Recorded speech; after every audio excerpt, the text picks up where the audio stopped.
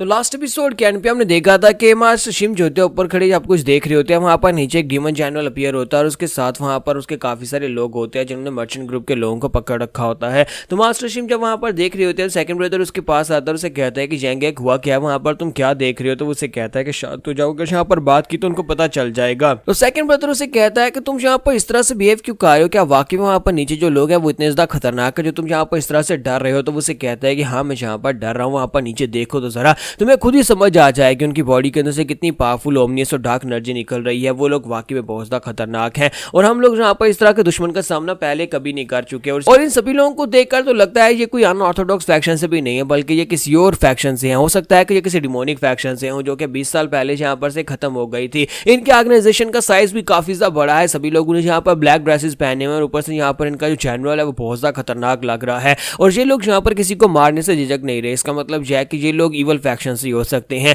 यानी कि unorthodox faction के लोग भी अगर दे हों तो वो भी यहाँ पर इस तरह के काम नहीं करते, लेकिन वो यहाँ पर जो ये काम जो कर रहे हैं ये लोग यहाँ पर डिमोनिक फैक्शन के ही हो सकते हैं। और इसी के साथ ही वो कहते हैं कि हमें यहीं पर रुकना होगा जब तक जोखा वापस नहीं आ जाता। उम्मीद करो कि जोखा अपनी फाइट को पूरा करके यहाँ पर जल्दी से वापस आ जाए। तो इसी के साथ दिखाते हैं कि वहाँ पर सोबुल कैप्टन के एस्कॉर्ट्स जो होते हैं उनमें से 2-3 लोग आगे बढ़ते हैं और वहाँ पर उन सोल्जर्स को मारकर आगे की तरफ बढ़ना स्टार्ट करते हैं जनरल के ऊपर अटैक करने के लिए। और उसे कहते हैं सर प्लीज आप जंग मिस को ले और जहाँ पर से चले जाए, तब तक हम लोग यहाँ पर इनको रोक कर रखेंगे। हम लोग अपनी जान की परवाह किए बिना जहाँ पर इनको रोकते हैं और वो जनरल की तरफ आके बाड़े होते हैं और कहते हैं कि हम लोग यहाँ पर इसे मार डालेंगे। जबकि जनरल जो होता है वहीं पर उसने अपनी पीठ के ऊपर कुछ अजीब से वेपन्स लगा रखे होते हैं। वो उनमें से एक चीज को निकालता है और कहता है कि देखता हो कि तुम लोग यहाँ पर मेरा क्या उखाड़ लेते हो। तो उसने अपनी पीठ के ऊपर बॉम्ब लगा रखे होते हैं, तो वहां पर एक बॉम्ब को निकालता है और उसे सामने की तरफ फेंक देता है। वो बॉम्ब जो होता है वहां पर ग्राउंड के ऊपर गिरता है। वो सभी लोग इस बात से काफी हैरान होते हैं कि ये किस किस्म का बॉम्ब था। तो बॉम्ब जैसे ग्राउंड के ऊपर गिरता है, इसी के साथ ही वहां पर एक पॉइजनस दलदल बनना शुरू हो जाती है। तो ग्राउंड के ऊपर ही वहां पर दलदल बन जाती है और वहां पर जो सोल्जर उसके अंदर गिरते हैं वो लोग उसके अंदर गिरते चले जाते हैं,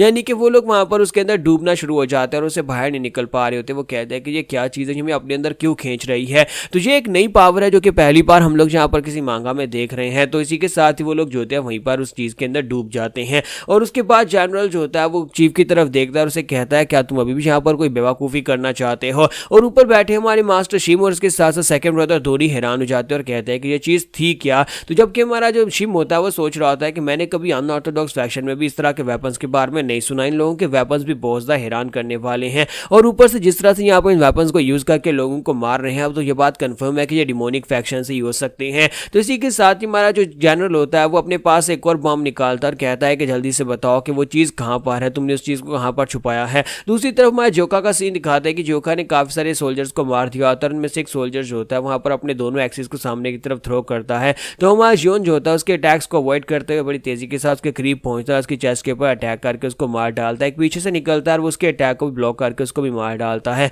जबकि उनमें से एक कहता है कि हम लोग यहाँ पर क्या करेंगे, यहाँ पर हमारे अटैक्स इसके ऊपर काम नहीं कर रहे, चलो सभी लोग एक साथ मिलकर अटैक करते हैं। तो हमारा जियोन उनसे कहता है कि अब मुझे यहाँ पर गुस्सा आ रहा है, पहले तुम लोग मुझे अपने बारे में बता नहीं रहे थे और अब तुम सभी लोग यहाँ पर प्लानिंग कर रहे हो। तो उसी के साथ ही जियोन उनके करीब पहुंच जाता है और वहां पर पहुंचने के बाद अपनी तलवार को घुमाता है, अपनी ड्रैगन वाली 9 हीमनली आर्ट्स फिस्ट फॉर्म को यूज करते हुए सामने की तरफ एक स्ट्राइक लगाता है। और जब वो सामने की तरफ स्ट्राइक लगाता है तो वो स्ट्राइक काफी ज्यादा पावरफुल होती है और इसी के साथ ही वहां पर उन सभी लोगों को मार डालता है। और हमारा जियोन जो होता है वो कहता है कि पहले मैं तुमसे ये जानना चाहता था कि यार तुम लोग हो कौन, लेकिन अब मुझे लगता है कि मुझे यहाँ पर इसके बिना ही काम चलाना पड़ेगा। कमीने लोग यहाँ पर मुझे बता नहीं रहे और मेरे पास ज्यादा समय नहीं है, मुझे जल्दी से जल्दी अपने दोस्तों के पास पहुंचना होगा। अगर ये लोग इतने स्ट्रॉन्ग है, अगर उनमें से कुछ लोग बचे होंगे जो कि मेरी टीम का पीछा कर रहे होंगे, तो फिर मुझे उनके पास पहुंचकर उनको बचाना होगा, वो लोग मुश्किल में हो सकते हैं। तो अब हमारा जियोन जो होता है वहां पर अपनी टीम के पीछे भागना स्टार्ट करता है और कहता है कि मुझे इस बात से फर्क नहीं पड़ता कि ये लोग कौन है, अगर इन लोगों ने मेरे ब्रदर्स को हाथ भी लगाया तो फिर मैं इन सभी को मार डालूंगा। दूसरी तरफ फिर से उन लोगों का सीन दिखाता है कि वो लोग चुनसान की ब्लीडिंग को रोकने की कोशिश कर रहे होते हैं, लेकिन अभी भी यहाँ पर ब्लीडिंग तो हो रही होती है। तो चीफ जो होता है उन लोगों से कहता है कि यार तुम लोग वहाँ पर खड़े खड़े किसका वेट कर रहे हो, हमारे पास ज़्यादा समय नहीं है,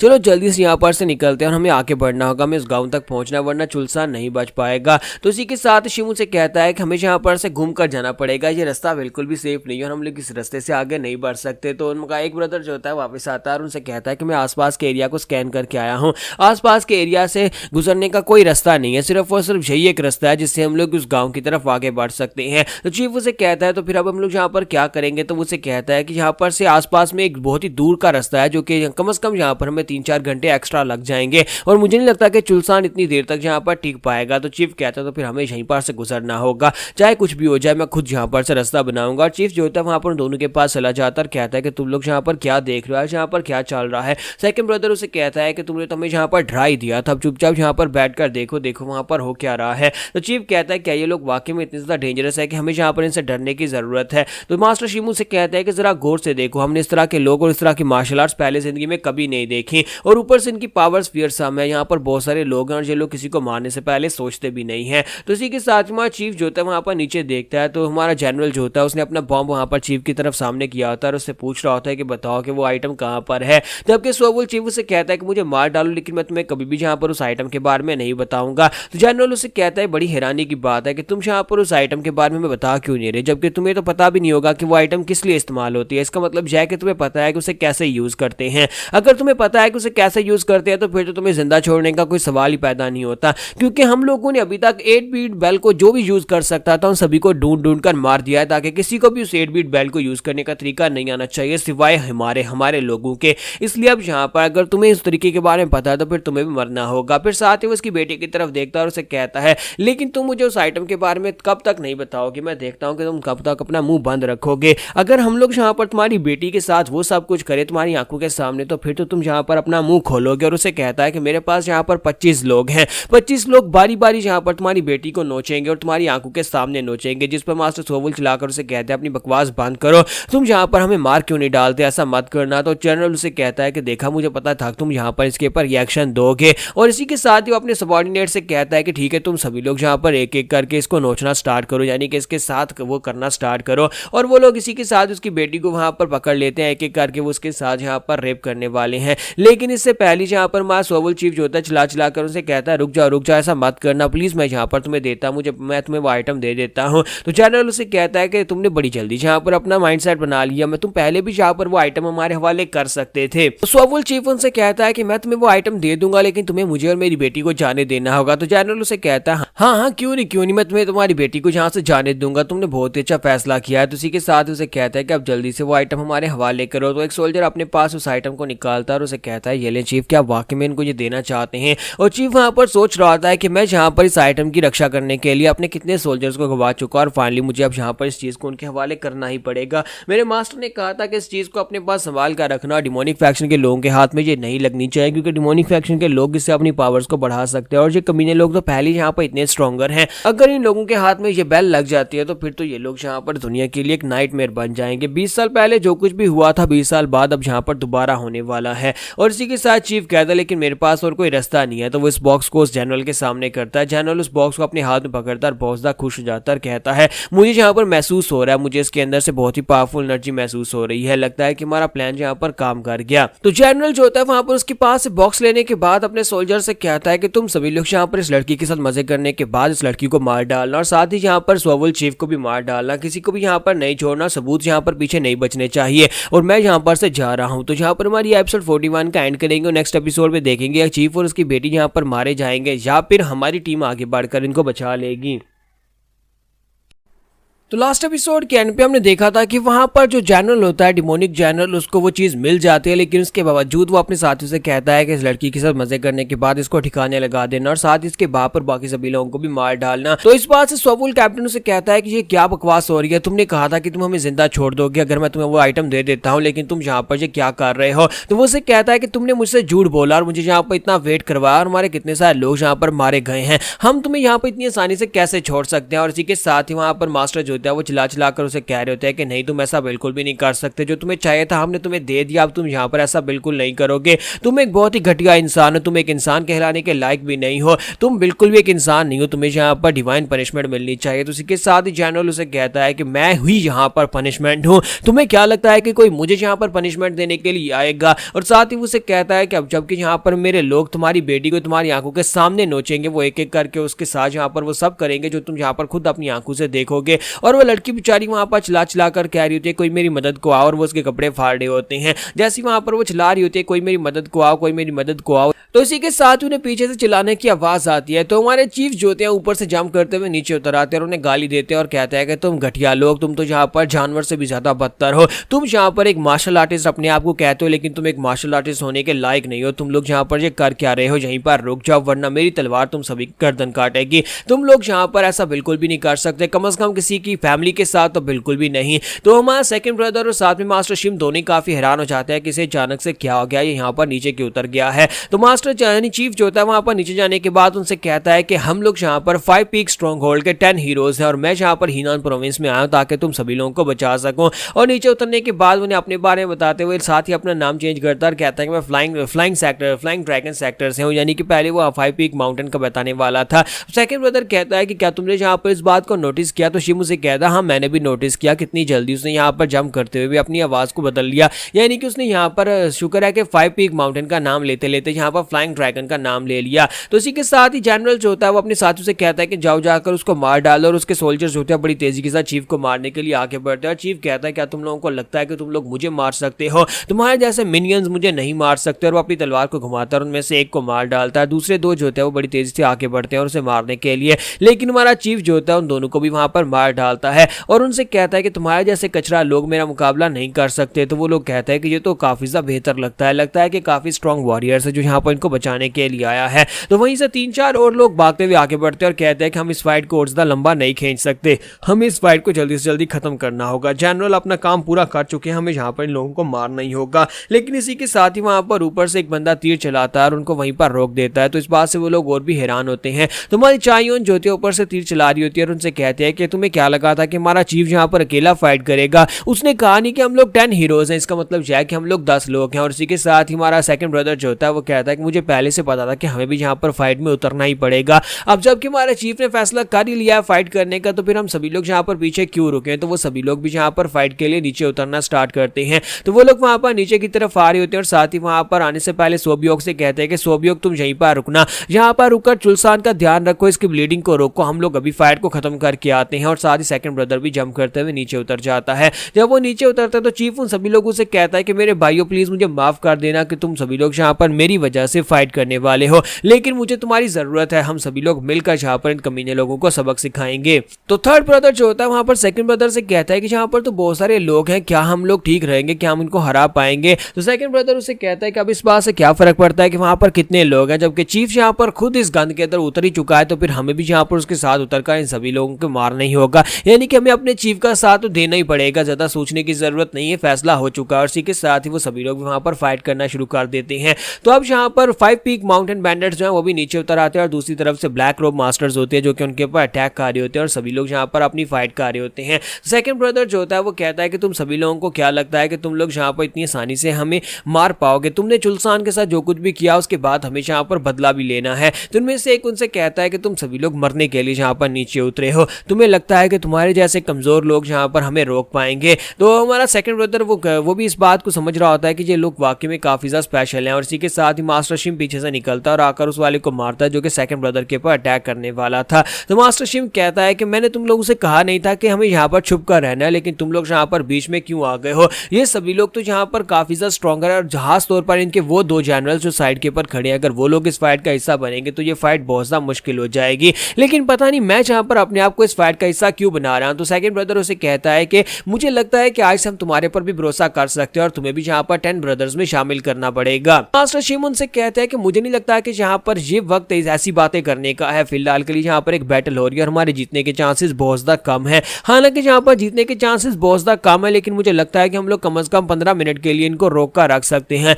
और उसके बाद तुम्हें पता है ना कि यहाँ पर कौन आ जाएगा, फिर हम लोग यहाँ पर बच सकते हैं। अगर हम लोग 15 मिनट तक इनको रोक कर नहीं रख पाए तो फिर हम सभी लोग यहीं पर इस जगह के ऊपर मरने वाले हैं। तो सभी लोग यहाँ पर अपनी अपनी फाइट कर रहे होते हैं। उनके पास एक तीरंदाज भी होता है जो कि दूर से उनके ऊपर एरोस के साथ अटैक कर रहा होता है। तो एक वॉरियर जो होता है उसकी तरफ देखता है और कहता है कि सबसे पहले उस आर्चर को मारो जो कि दूर से लॉन्ग रेंज अटैक कर रहा है। तो जैसे ही वो आर्चर उनके ऊपर अटैक करने वाला होता है, इसी के साथ एक पीछे से निकलता है और उसके ऊपर अटैक करता है। जब वो उसके ऊपर अटैक करने के लिए आगे बढ़ रहा होता है ताकि वो पीछे से आकर अटैक कर सके, तो चाय और पीछे से निकलती है और कहती है कि तुम्हें क्या लगा कि तुम यहाँ पर हम ब्रदर्स को मार सकते हो, और वो पीछे से आकर उस वाले सैसन को मार डालती है और साथ ही उसे कहती है कि ब्रदर अपने पीछे भी देखो, अगर तुम यहाँ पर अपने आसपास नहीं देखोगे तुम यहाँ पर मारे जाओगे। तो चायोन से कहता है कि चायोन तुम्हारा बहुत बहुत शुक्रिया, क्या तुम मेरे आसपास रहकर यहाँ पर मुझे मुझे प्रोटेक्शन दोगी तब तक मैं उनके ऊपर लॉन्ग रेंज अटैक करता हूँ। तो वो कहती है हाँ क्यों नहीं, मैं जहाँ पर रुकूंगी, मैं तुम्हारी सुरक्षा का ध्यान रखती हूँ। दूसरी तरफ दिखाता है कि सोवुल चीफ की तरफ भी एक सोल्जर आगे बढ़ता है और कहता है कि सबसे पहले इन लोगों को तो मारूं, पहले यहाँ पर इन लोगों को मार डालते हैं ताकि हम लोग यहाँ पर इस मिशन को पूरा कर सकें।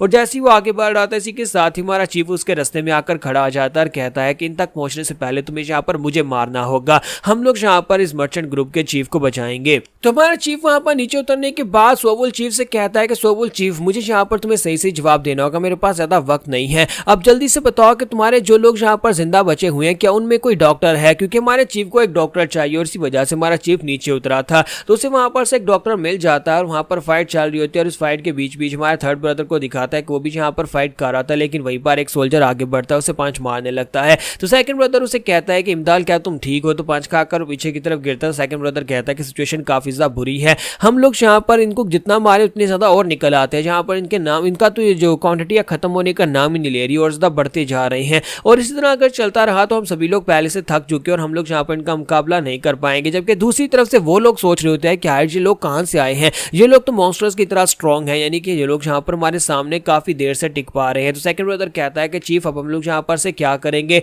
तो चीफ उनसे कहता है कि मुझे माफ करना, लेकिन मैंने तुम सभी लोगों को यहाँ पर इस फाइट में शामिल कर दिया, लेकिन मैं ये सब कुछ यहाँ पर अपने चुलसान के लिए कर रहा हूँ, क्योंकि चुलसान जख्मी है और यहाँ पर इन चीफ के लोगों के पास यानी कि इस मर्चेंट ग्रुप के लोगों के पास एक डॉक्टर था, इसी वजह से मैं यहाँ पर इस फाइट का हिस्सा बना हूँ और मैंने डॉक्टर को इस वक्त चुलसान के पास भेज दिया हुआ है ताकि वो जाकर उसका इलाज कर सके। अब जबकि वो इसका इलाज कर रहा है तो हमें यहाँ पर इस फाइट को रैप अप करना होगा। तो यहीं पर से कुछ और लोग निकलते हैं और वो लोग बड़ी तेजी के साथ अटैक करने के लिए फिर से आगे बढ़ते हैं। जैसे ही वो आगे बढ़ रहे होते हैं तो वहां पर बीच में एक तलवार गिरती है। तो चीफ उनसे कहता है कि तुम लोग यहाँ पर मेरे साथियों के ऊपर अटैक करके उन्हें नहीं मार सकते जब तक मैं ग्रेट चीफ पुंग जोनचोंग यहाँ पर जिंदा हूँ। तो यहाँ पर हम लोग अपनी एपिसोड 42 का एंड करेंगे और नेक्स्ट एपिसोड में देखेंगे क्या ये लोग अपनी बैटल को जीत पाएंगे और क्या ये लोग यहाँ पर हमारे जोखा के आने तक अपने आप को सर्वाइव करवा पाएंगे या नहीं।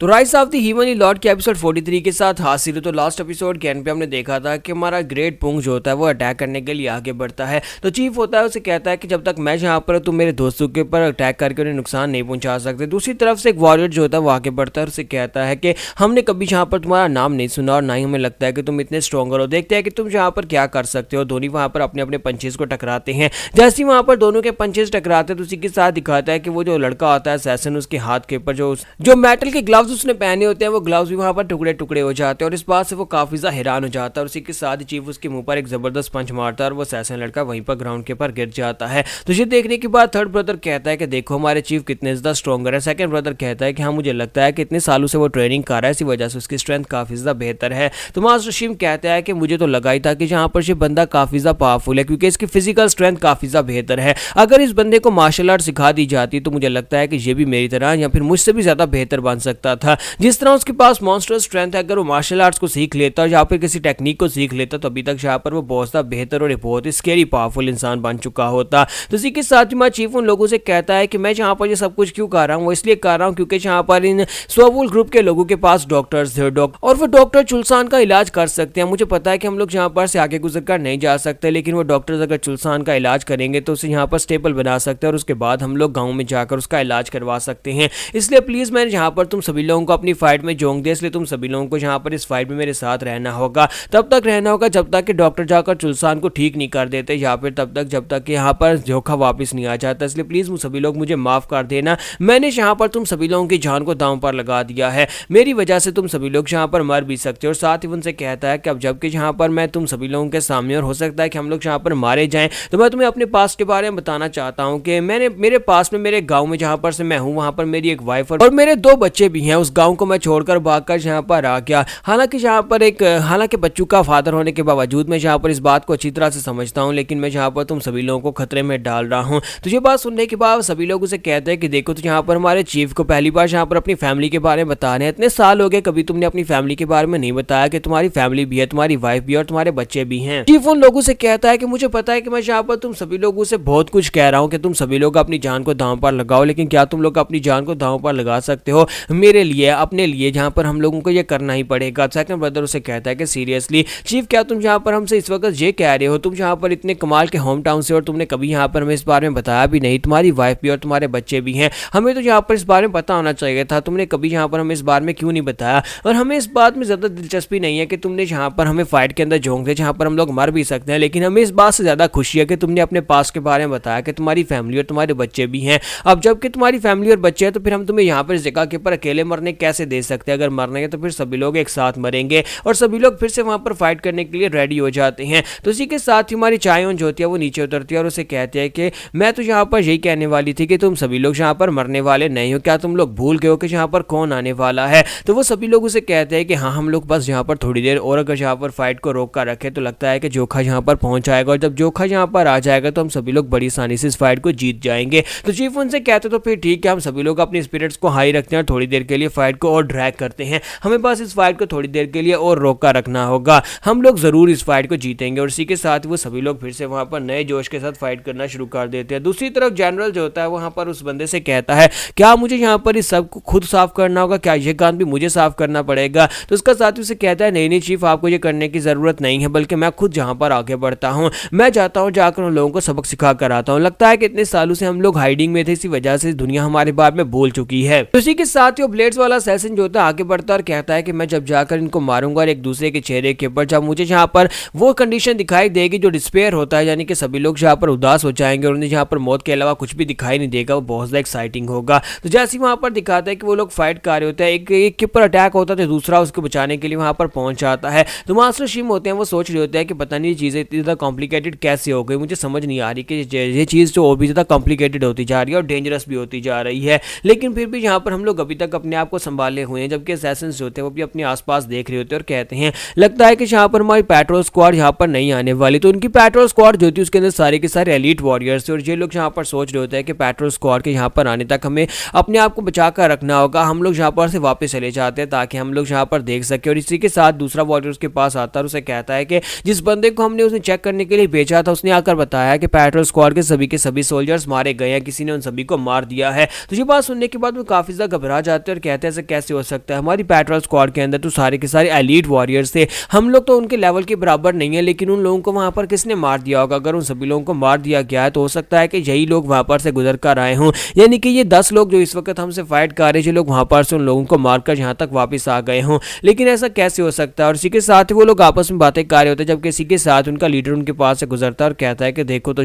तुम लोग यहाँ पर किस तरह से डर रहे हो, तुम लोग यहाँ पर ब्लैक शैडो कॉप से और इसके बावजूद तुम यहाँ पर डर कर खड़े हो, क्या तुम्हें नहीं लगता कि तुम्हें यहाँ पर इस तरह का बिहेवियर सूट नहीं करता? तो वो लोग कहते हैं कैप्टन ऐसी बात नहीं है, लेकिन कैप्टन जो होता है वो उनसे कहता है कि जहाँ पर हमारे जनरल जो है ग्रैंड जेंटलमैन जनरल सामने खड़े हैं और सब कुछ देख रहे हैं और तुम लोग यहाँ पर इस तरह का बिहेवियर दिखा रहे हो, तुम लोग यहाँ पर डर कैसे दिखा सकते हो? अब तुम लोग खुद मेरे हाथ से मरोगे। और इसी के साथ ही वो आगे बढ़ता है और अपनी साथियों को मार डालता है। जो लोग वहां पर से डर के मारे पीछे की तरफ हटने के बारे में सोच रहे थे तो वो कहता है कि अब मेरी बारी है। सेकंड ब्रदर कहता है कि ये कैसे ने अपनी साथियों को क्यों मार डाला, लगता है कि ये लोग पागल हैं, देखो तो जरा ये अपनी साथियों को मार रहे हैं। तो चीफ उन लोगों से कहता है कि मुझे लगता है कि हमें यहाँ पर इस बात के ऊपर ध्यान देने की जरूरत नहीं है, बल्कि हमें यहाँ पर इस बंदे को मारकर यहाँ से निकलना होगा। चीफ बड़ी तेजी के साथ उसके ऊपर अटैक करने के लिए आगे बढ़ता है और कहता है क्या इंसान की जान तुम्हारी नजर में कचरे से ज्यादा कुछ भी नहीं है जो तुम यहाँ पर उसको इस तरह से काट रहे हो? जबकि कैप्टन उसे कहता है कि अगर मैं यहाँ पर तुम्हें मार डालूंगा जो कि इस टीम के सबसे ज्यादा स्ट्रॉन्गेस्ट है तो फिर बिल्कुल भी मजा नहीं आएगा। और इसी के साथ वो चीफ के अटैक को अवॉइड करते ऊपर की तरफ जंप करता है, जबकि वहीं पर से एक तीर उड़ता हुआ सीधा उसकी तरफ आगे बढ़ता है। तो उस तीर को भी अवॉइड कर लेता है और कहता है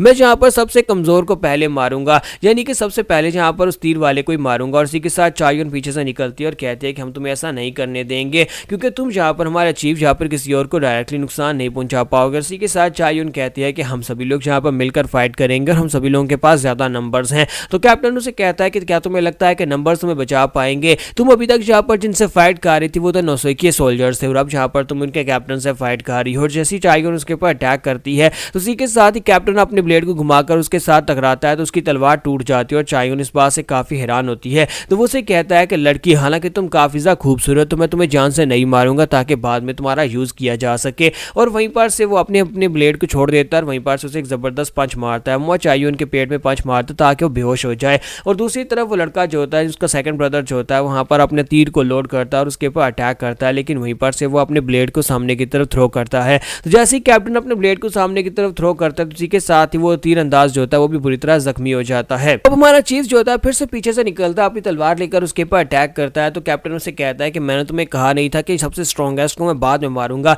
लेकिन अगर तुम यहाँ पर अभी मरना चाहते हो तो चलो ठीक है, तुम्हें अभी यहाँ पर मार डालता हूँ। और इसी के साथ ही वो अपने ब्लेड को घुमाकर उसके ऊपर अटैक करता है। जब वो उसके ऊपर अटैक करता है, सेकंड ब्रदर बीच में आ जाता है और आकर अपनी तलवार के साथ उसके अटैक को ब्लॉक कर लेता है। और सेकंड ब्रदर के साथ उसके बाकी के ब्रदर्स भी होते हैं, वो सभी लोग मिलकर अटैक करने वाले हैं। और कैप्टन से कहते हैं कि देखते हैं कि अब तुम यहाँ पर हमारे अटैक से कैसे बच पाते हो। तो उसी के साथ ही वो उसके ऊपर अटैक करना स्टार्ट करते हैं, लेकिन सेकंड ब्रदर के मुंह पर भी जबरदस्त किक पड़ती है, जिससे वो पीछे की तरफ गिर जाता है। और साथ ही थर्ड ब्रदर की बॉडी के ऊपर भी एक कट लगता है, वो भी जख्मी होकर गिर जाता है। और इसी के साथ ही फिफ्थ ब्रदर के ऊपर भी वहां पर कट्स लगते हैं और वो भी ग्राउंड के ऊपर गिर जाता है। तो यहाँ पर हम लोग अपनी एपिसोड 43 का एंड करेंगे और नेक्स्ट एपिसोड में देखेंगे कि जोखा के आने तक कौन कौन यहाँ पर सर्वाइव कर पाएगा।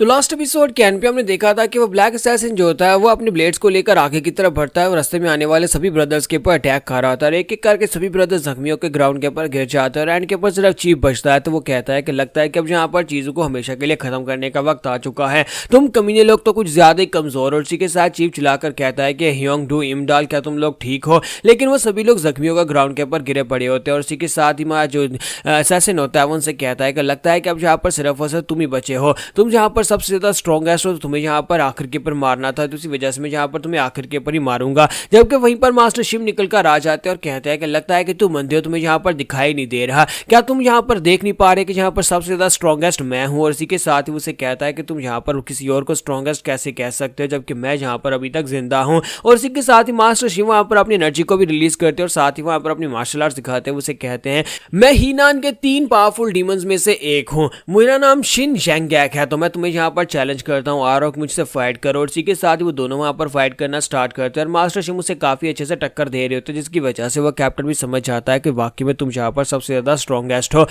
बाकी के सभी लोग तो यहाँ पर बिल्कुल बेकार है और तुम्हारा चीफ जो है वो तो तुमसे भी ज्यादा कमजोर है। तो मास्टर शिव उसे कहता है कि अपनी बकवास बंद करो, तुम यहाँ पर सिर्फ और सिर्फ अटैक्स को डॉज क्यों कर रहे हो, क्या तुम सिर्फ डॉज ही कर सकते हो? तो कैप्टन उसे कहता है कि नहीं, मैं सिर्फ डॉज नहीं कर सकता, मैं तो बस यहाँ पर देखना चाहता था क्या तुम वाकई में यहाँ पर स्ट्रॉन्गर हो जो तुम यहाँ पर धावा कर रहे हो। और साथ ही वो अपनी ब्लेड्स को सामने की तरफ घुमाते हुए स्ट्राइक्स लगाता और कहता है कि चलो दिखाओ कि तुम यहाँ पर क्या कर सकते हो। लेकिन इसी के साथ ही जैसे वो अटैक करता है, मास्टर शिव मुड़ते हुए पीछे जाकर पेड़ के साथ टकराते हैं। जब वो पेड़ के साथ टकराते हैं तो वो उसके सामने आकर खड़ा हो जाता है और कहता है कि ये तो बहुत ज्यादा अनएक्सपेक्टेड था, मुझे तो लगा था कि तुम यहाँ पर कुछ और कर पाओगे, लेकिन क्या तुम बस इतना ही कर सकते हो? और इसी के साथ ही वो उसके सामने आकर खड़ा हो जाता है और कहता है चलो खैर यहाँ पर तुम बच तो गए, क्योंकि मैंने तो यहाँ पर अपने ब्लेड के साथ तुम्हारी बॉडी को 2 हिस्सों में काटने वाला था, लेकिन तुम यहाँ पर कम से कम इतने स्ट्रॉन्ग हो कि तुमने मेरे अटैक को ब्लॉक कर लिया। और इसी के साथ ही जब वो उसके करीब पहुंचता है, वहां पर जाने के बाद उसे कहता है अपने आसपास देखो, तुम्हारी फाइट खत्म हो चुकी है, क्या तुम्हें लगता है कि तुम लोग अभी भी यहाँ पर फाइट कर सकते हो? तुम्हारे बाकी के सभी ब्रदर्स ग्राउंड के ऊपर जख्मी पड़े हैं, उनमें से कोई एक भी फाइट करने के लायक नहीं बचा,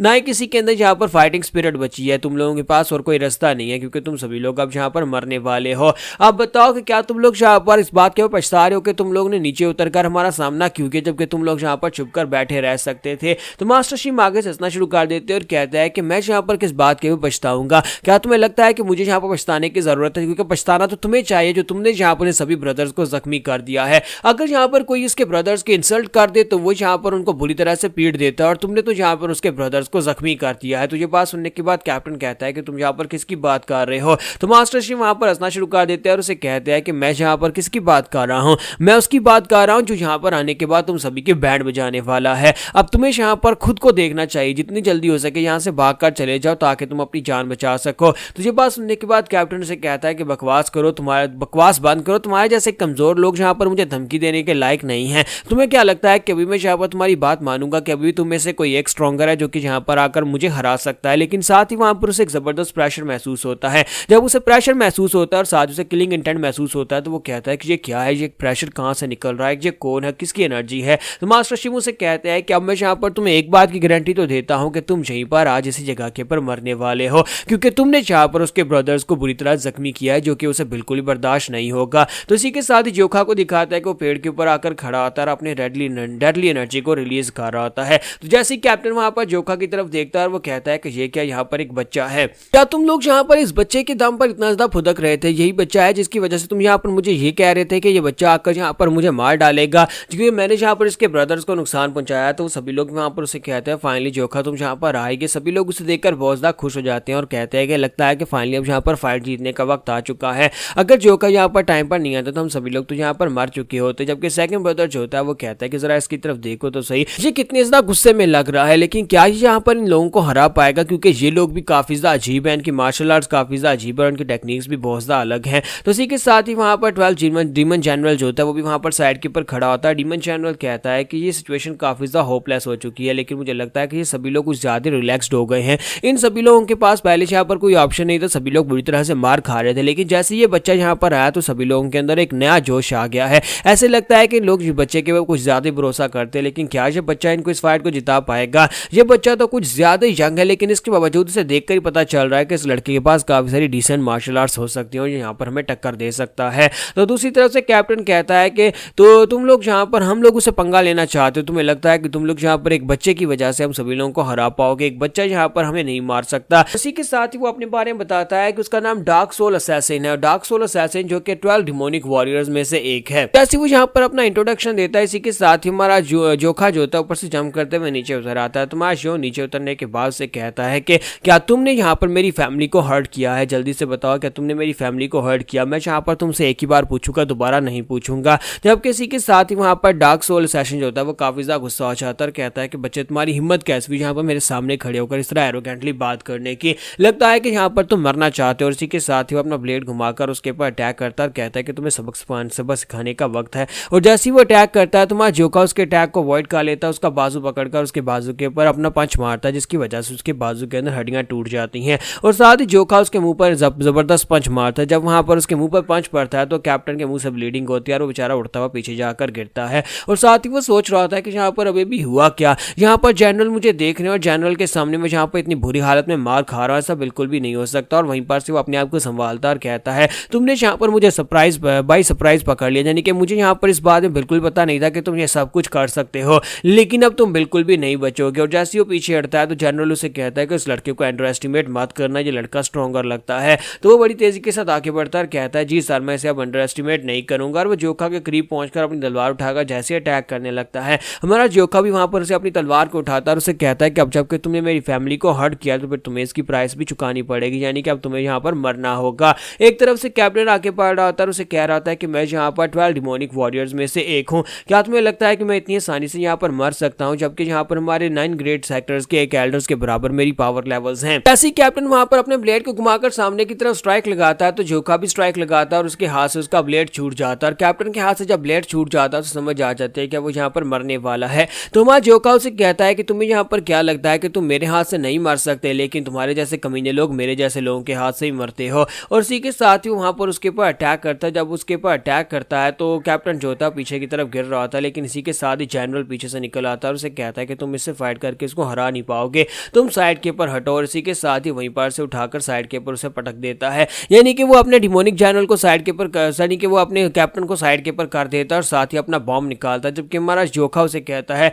अब तुम कौन हो। और इसी के साथ ही वो जो होता है वहां पर से अपना बॉम्ब निकालकर सामने की तरफ करता है और उसके सामने अपनी स्ट्रेंथ को रिलीज करता है। तो जोखा और वो दोनों वहां पर अपने अपने वेपन्स को टकराते हैं। जब वो अपने वेपन्स को टकराते हैं तो उसी के साथ ही दिखाता है वहां पर बहुत ही पावरफुल प्रेशर निकलता है। बाकी के सभी लोग जो होते हैं अपने आप को उस प्रेशर से बचा रहे होते हैं और कहते हैं देखो तो यहाँ पर कितनी ज्यादा पावरफुल एनर्जी निकल रही है। तो मास्टर शिम कहते हैं कि मुझे इतना तो पता है कि यह लड़का स्ट्रॉन्ग है, लेकिन दूसरी तरफ से वो बंदा जो वो अजीब टेक्निक्स को यूज करता है और मुझे लगता है कि जोखा उसे रोक तो पाएगा, लेकिन क्या वाकई में वहां पर उसकी अजीब टेक्निक्स के सामने वो टिक पाएगा या नहीं। तो डिमोनिक जनरल को दिखाता है कि वो भी हमारे जोखा के प्रेशर की वजह से काफी दूर तक पीछे की तरफ घसीटता हुआ जाता है और इस बात से वो काफी हैरान होता है और कहता है कि मैं डिमोनिक जनरल, इस लड़के ने मुझे यहाँ पर पुश बैक कर दिया, ऐसा बिल्कुल ही पॉसिबल नहीं है। और इसी के साथ ही हमारा जोखा जो होता है ऊपर की तरफ जंप करता है अपनी तलवार लेकर अटैक करने के लिए। तो क्या हमारा जोखा यहाँ पर इस डिमोनिक जनरल को हरा पाएगा या नहीं, क्योंकि उसकी टेक्निक्स काफी ज्यादा अजीब हैं। तो ये हम लोग नेक्स्ट एपिसोड में देख पाएंगे।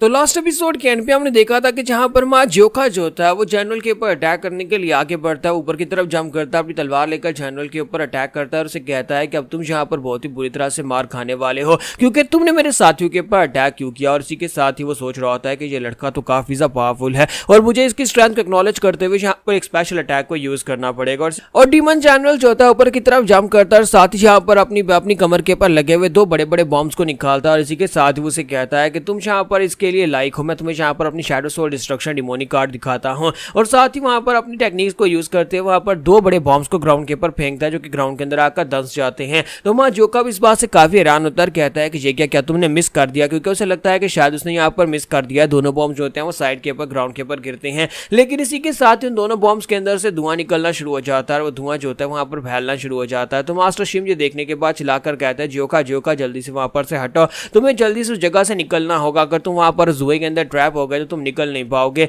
जबकि इसी के साथ ही जनरल उसे कहता है कि अब बहुत ज्यादा देर हो चुकी है, ये पहली यहाँ पर मेरे इस अटैक के अंदर पूरी तरह से कंट्रोल में आ चुका है। और साथ ही वहां पर से धुआं निकलता है, वो धुआं जो होता है आसपास एक स्फीयर बनाना शुरू कर देता है, यानी कि वो जोका के आसपास वहां पर फैलना शुरू हो जाता है और जोका जो होता है उस स्फीयर के अंदर ट्रैप होने लगा है। दूसरी तरफ से दिखाते हैं कि वहां पर जो कैप्टन होता है वो भी सोच रहा होता है कि अब जबकि इस लड़के ने यहाँ पर जनरल के साथ फाइट मोल लिया तो ये लड़का मरने वाला है, क्योंकि अब इसके बचने के चांसेस 0 हैं। कोई भी इस टेक्निक को देखने के बाद जिंदा नहीं बच पाता, क्योंकि ये टेक्निक अब तक की सबसे स्ट्रॉन्गेस्ट और सबसे अजीब टेक्निक है। यहाँ पास जूम आउट सीन दिखाते हैं, जिसमें दिखाते हैं कि वहां जोका जो होता है एक बड़े से एनर्जी स्फीयर के अंदर पूरी तरह से ट्रैप हो चुका होता है। एक बड़ा सा एनर्जी का गोला बनता है और वहां जोका उसके अंदर ट्रैप हो गया है। तो इसी के साथ ही वहां पर जोका के अंदर का सीन दिखाता है कि वहां जोका जो होता है उसके अंदर ऐसे लगता है जैसे कि उसके अंदर पानी के अंदर डूब रहा हो, और उसके लिए वहां पर सांस लेना भी काफी ज्यादा मुश्किल हो रहा होता है, क्योंकि वो एनर्जी स्फीयर जो होता है उसे पूरी तरह से वहां पर उसकी सांस बंद कर रहा होता है। तो वहां जोका कहता है कि मैं सांस नहीं ले पा रहा, मुझे ऐसा लग रहा है जैसे कि मेरी बॉडी बहुत ज्यादा हैवी हो गई, मुझे ऐसे लगता है जैसे कि मैं किसी दलदल के अंदर गिर गया हूँ, ना तो मैं ठीक से तैर पा रहा हूँ, ना मैं यहाँ पर ठीक से सांस ले पा रहा हूँ। लेकिन असल में वहां पर दलदल वगैरह कुछ नहीं होता, वो सिर्फ और सिर्फ एक इल्यूजन टेक्निक होती है। तो हमारा जोका जो होता है वहीं पर से अपनी टेक्निक को, अपनी तलवार को घुमाकर सामने की तरफ स्ट्राइक लगाने की कोशिश करता है, लेकिन वो अपनी स्ट्रेंथ को रिलीज नहीं कर पा रहा था। वो कहता है कि मैं अपनी स्ट्रेंथ को ठीक से रिलीज नहीं कर पा रहा, ना ही मैं इस चीज से बाहर निकल पा रहा हूँ। और यहाँ पर ग्रैंड डीमन जनरल वोंग जाइगवी के बारे में बताया जाता है कि आखिर एक डीमन जनरल बना कैसे। तो इसी के साथ ही वहां पर उसके बारे में बताया जाता है कि कभी यहाँ पर सिर्फ और सिर्फ एक काम शैडो सोल्जर हुआ करता था, जो कि अपनी special shadow soul destruction demonic card को यूज करता था, और उस वक्त भी यहाँ पर जंग में कोई इसकी इस टेक्निक का मुकाबला नहीं कर सकता था। एक बार इसने अपनी इस टेक्निक के अंदर किसी को ट्रैप कर लिया तो कोई भी इसकी टेक्निक के अंदर से बाहर नहीं निकल सकता, और उसके बाद 12 डिमोनिक वॉरियर्स में प्रमोट कर दिया गया। जब ये 12 डिमोनिक वॉरियर्स में प्रमोट हुआ तो उसके बाद इसके सामने कोई भी टिक नहीं सकता था, और आहिस्ता आहिस्ता इसकी पावर लेवल इतनी बढ़ती गई और इसने अपनी टेक्निक को इतना बेहतर बना लिया कि अब यहाँ पर हमारे जनरल्स में आ चुका है। अभी तक हमारे यहाँ पर 6 जनरल्स हैं, 6 डिमन जनरल्स, उन 6 डिमन जनरल्स में शामिल है।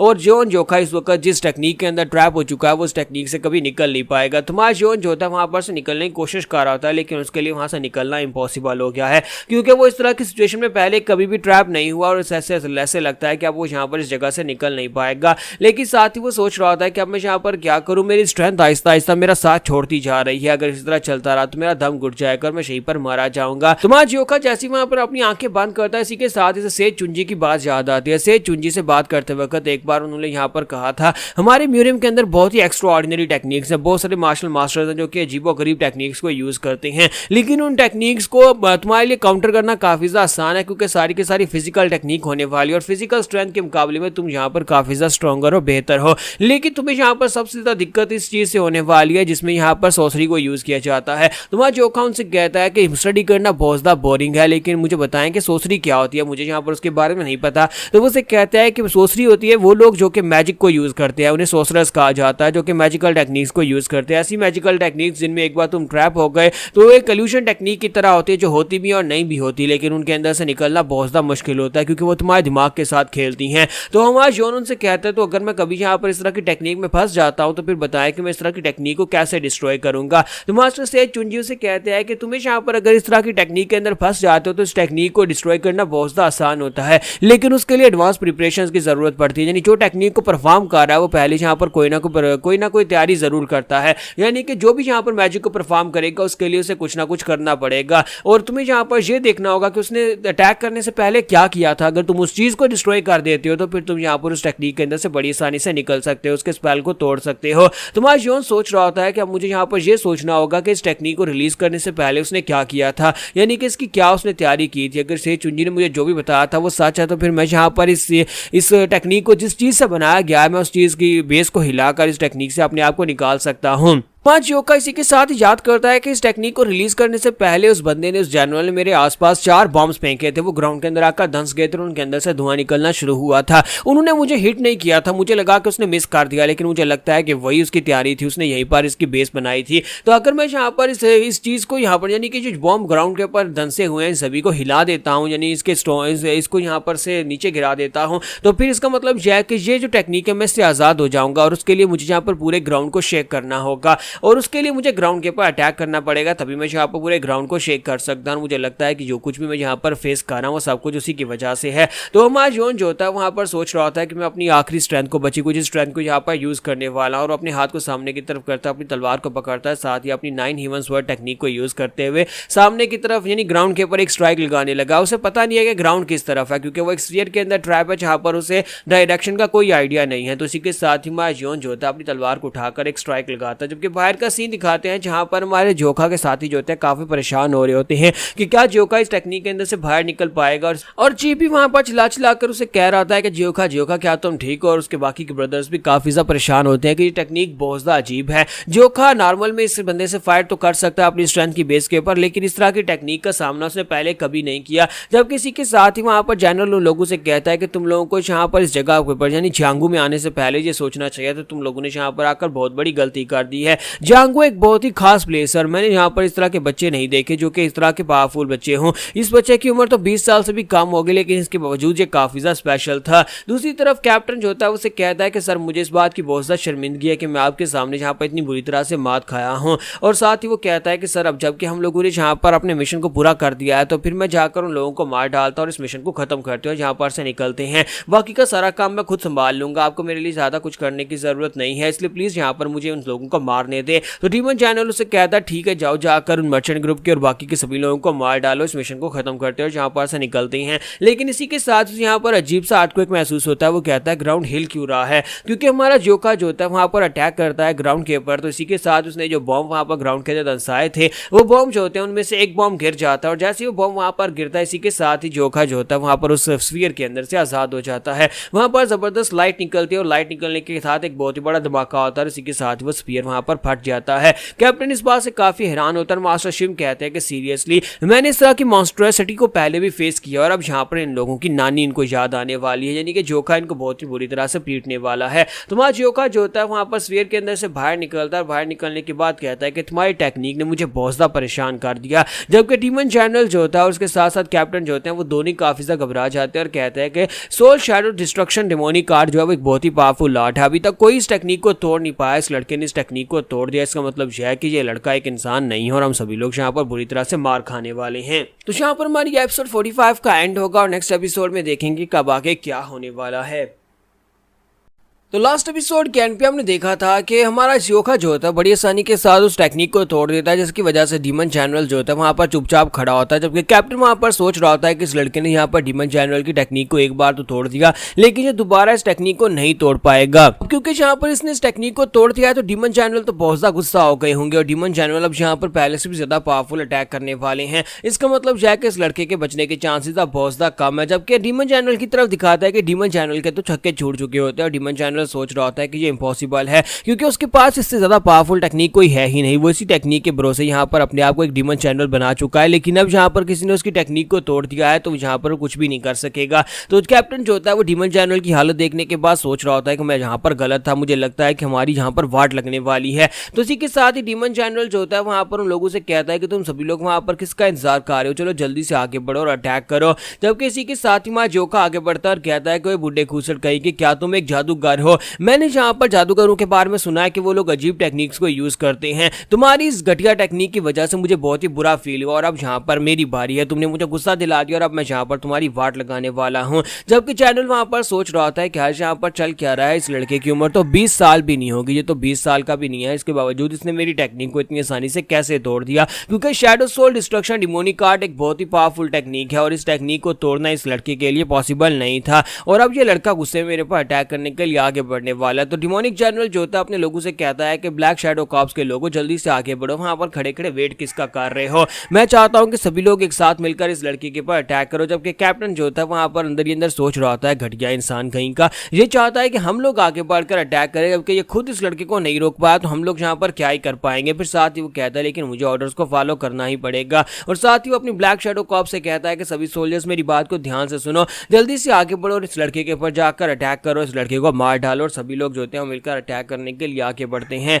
तो वो सभी लोग बड़ी तेजी के साथ भागते हुए आगे की तरफ बढ़ते, जबकि जोखा उनसे कहता है कि ये क्या तुम लोग यहाँ पर फिर से मेरे पर अटैक करने के लिए आगे बढ़ रहे हो, जबकि तुम्हारा जनरल कुछ नहीं कर पाया, तुम लोग क्या कर पाओगे। और हमारा जोखा जो होता है वहीं पर से अपनी तलवार घुमाता है और उनके ऊपर कट्स लगाना स्टार्ट करता है। डिमोन जनरल जो होता है वहां पर से पीछे की तरफ हट रहा होता है। तो डिमोनिक जनरल कहता है कि इस लड़के को हराना ऐसा लगता है जैसे कि नामुमकिन है, ये तो एक रियल मॉन्स्टर की तरह है, ये इतना स्ट्रॉन्ग है, ऐसे लगता है जैसे कि अगर मैं अपनी फुल पावर्स को भी यूज करूंगा तब यहाँ पर फाइट को जीतने की कोई गारंटी नहीं है। हाँ, मुझे यहाँ पर पता है कि म्यूरियम एक खतरनाक जगह है जहाँ पर हर जगह के ऊपर कोई छुपे मास्टर्स हो सकते हैं, लेकिन ऐसा कैसे हो सकता है कि ऐसे इतनी आसानी के साथ एक मार्शल मास्टर मेरे सामने अपीयर हो गया हो, एक ऐसा मार्शल मास्टर जिसको एलिमिनेट करना मेरे लिए बहुत ज्यादा मुश्किल हो गया। और साथ ही वो अपनी जेब के अंदर हाथ डालता है और उस 8 बीट बेल को निकालता है और कहता है मुझे लगता है कि यहाँ पर फिलहाल के लिए मुझे अपने मिशन के ऊपर फोकस करना चाहिए। मेरा मिशन जहाँ पर 8 बीट बेल को वापस लेकर आना था और मैंने जहाँ पर इस 8 बीट बेल को हासिल कर लिया है, फिलहाल के लिए मैं जहाँ पर से निकल चलता हूँ। और साथ ही वो कहता है लेकिन हमारी एग्जिस्टेंस के बारे में लोगों को पता नहीं होना चाहिए, क्योंकि मुझे लगता है कि जहाँ पर इस सोवुल मर्चेंट ग्रुप के लीडर को हमारी एग्जिस्टेंस के बारे में पता है,